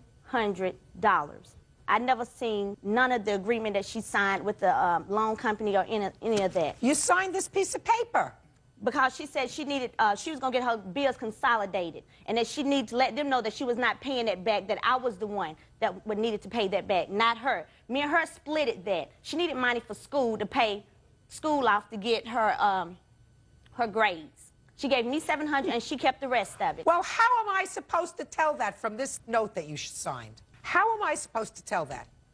I mean, are you an unintelligent girl? No, I am not. Well, me and Regina both went to college together, and she knows this. If you went to college yes, together, so you are clearly an intelligent young woman. This is a promissory note for $2,280, where you promised to pay back $100 a month. Now, I don't doubt that that scenario could have happened. Yes, ma'am. I mean, you're an intelligent young woman. Why would you sign something like this? Because we were friends, and she said she needed the money for her new baby to get her bills consolidated so she wouldn't be in a bind. Very possible. Yeah. Now, you paid her back some. Let me see the receipts of what you paid her. I never got any receipts. I gave Regina cash. My sister was with me every time I paid her. all the receipts. She has made 3 payments. You never gave me a receipt.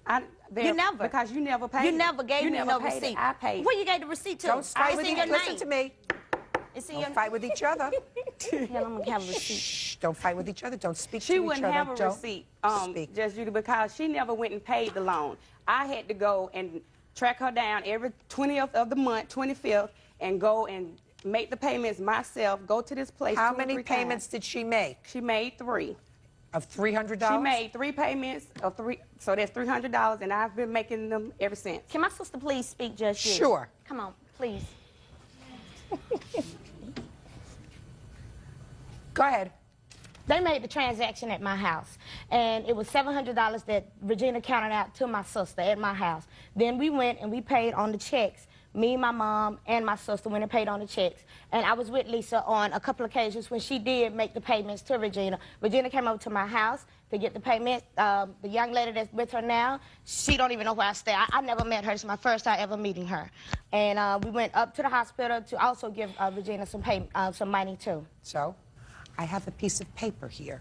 It is a contract. It says, I will pay back this amount of money. If there was a side contract that it wasn't going to be that much money, and I'm not doubting that it's possible that that happened, but I'm not dealing with an unintelligent young woman here. You're right. I'm dealing with an intelligent young woman. You have a contract. You agreed. It was notarized. You went in to somebody actually to have it notarized. The signature's notarized. So you were aware that this was a binding sort of contract. You know, Judge Judy, you know, it's ironic that this would come up after Regina was under investigation at Spummer Regional Medical Center for going into her baby's father, new girlfriend's files. And I told her, me and her went to college together, and we went through too much to get to where we was at. And if they ever came to me and asked me, was she the one that went in her files And they would see that found you out. pulled up her. All No, right, ma'am. listen, I'm not, No, ma'am. hey, No, listen to me. ma'am. No, ma'am. You know you did. Miss I don't Boozer, want Miss SCT. Boozer. Yes, She's ma'am. saying she don't have. Listen to me. I don't have S6. 1, She's 2, saying- 3, and you're out of here. I'm not a young person anymore. I don't like to shout. You borrowed this money in June. Yes, ma'am. And the interest was substantial. And according to you, and even according to your witness, you made no more than 3 payments on the $700 because that's all she's prepared to testify to. Why didn't you pay the rest? Why? No, don't make up a story. Why didn't you pay the rest? I paid her the rest. I made, the last payment I gave her was January when I received the court papers. When you paid her in January, did you get a receipt? No. Then I don't believe you. And I'm going to I tell you why. paid her- Then I'm going to tell you why. Did you pay her by check? No. Then I'm going to tell you why. Because unless you are really thick, somebody sues you, and you want to make your final payment. And you say that I won't owe you anything, even though the amount that she was suing you for was different. If you give her the money, you at least say, at least this time, I'm going to do it by a money order so that I have a record. I'm going to do it with a receipt so I have a record. I'll do it by check so I have a record. But you don't just go and hand her the money in cash. So I don't believe you. Judgment for the plaintiff in the amount requested in the amount of $1,700. That's all. Parties are excused. You may step out. I think that, you know, she need to go get a life and find her baby's father. She never was my friend. And when she get back home, she will be picked up because she wrote another check in December. She goes into her ex-boyfriend's, new girlfriend's files and finds out that she has breast cancer. And was going around goes telling around everybody. Spartanburg and tell everybody. Stay away from this one. And now the next case. All parties in the matter of Oakley versus Graham. Step forward, please. 50-year-old construction worker Mike Oakley is suing 44-year-old contractor Hans Graham for running him off the road and assaulting him in a fit of road rage. Hans claims Mike started it. All right, you two gentlemen were in your cars. You don't know each other. And there was an incident that looked to me like a little bit of road rage. Mr. Oakley, you claimed that the defendant caused damage to your car. Yes. You want to tell me first when this happened? This happened November 9th, 6:20 a.m. Where were you going or coming from, sir? I was going to work up I-15 out of San Diego. Was it light or dark out? It was just getting light. What kind of car were you driving? 2002 Toyota truck. Okay, tell me what happened. I was in the second lane, which is right next to the fast lane, which I traveled that lane. How many lanes are there altogether? There was 6. Go ahead. We were just going along, and Who was with you? Donnie is he works for our company too. He's a carpooler. He rides with me. Okay. Driving along, and we got slow traffic in the second lane. It was down to about 60 miles an hour, and I signaled, moved over into the fast lane. Before I knew it, Mr. Graham was on my rear end, and he went to go around me in the second lane. He went past me and cut back into the first lane, and that's where he clipped me and knocked me out of control. I went left, I went right, I went left again and got it under control. I pulled off the road because I couldn't go to the right, there were so many lanes. I pulled off, He had pulled off in front of me about 30, 40 feet. Got out of my truck. As soon as I shut my door, Mr. Graham was right on top of me, saying that he was going to kick my... And he pushed me, and I fell over the little wall that's in between the freeways. I got back up, went to the back of my truck, reached in for a hammer because I didn't know what this guy was going to do next. He came down the side of the truck, stopped there. He went towards the window and asked Donnie if he would like a little bit of this too, and he punched the window. The window didn't break, and after that he came back again, he stopped and went back to his truck. He wrote down some information, I guess, and he threw the information at me, said I had to go to work, and he left the scene. Let me see the police report, please. What is that piece of cardboard that you have, sir? That's showing how the accident happened. This is Mr. Graham, or this is me, and this is Mr. Graham. He came up behind us. I guess this is the wrong way. Here we go. I'm sorry. Well, he was in the one lane. You're the red car. Listen to me. In the way No, you I'm have not that the red- diagram, I'm in the second lane here. I moved over, and when he went around... I said you're the red yes, car. You're absolutely right. I'm sorry. Okay, you're the red car. Okay. So I moved over into this lane. Okay, and probably what you did was you cut him off. Is that right, Mr. Graham? Yes, ma'am. You cut him off. I He got got in front of him. angry. Yes. So he went around you Went around me. to get back in front of you to cut you off. Yes. And he clipped my front end. No, ma'am. Okay. I'm going to get to you in a second. Thank you. Can I see what kind of damage was done to your truck, please? I have the pictures here. It's kind of hard to see because of the light. And here's the estimate for the damage.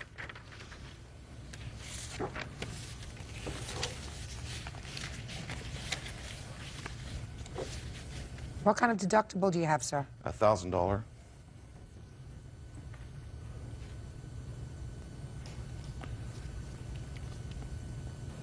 Okay. Now, Mr. Graham, I'll hear you, sir. Is that the amended police report? Because there was actually two, and I never got the amended one. This was the first one filed. Okay, he left out a couple key facts there. He cut me off, straight off, underneath, couldn't even see his lights. I couldn't even hit my brakes. I went around him and actually kept my tires still in this lane here.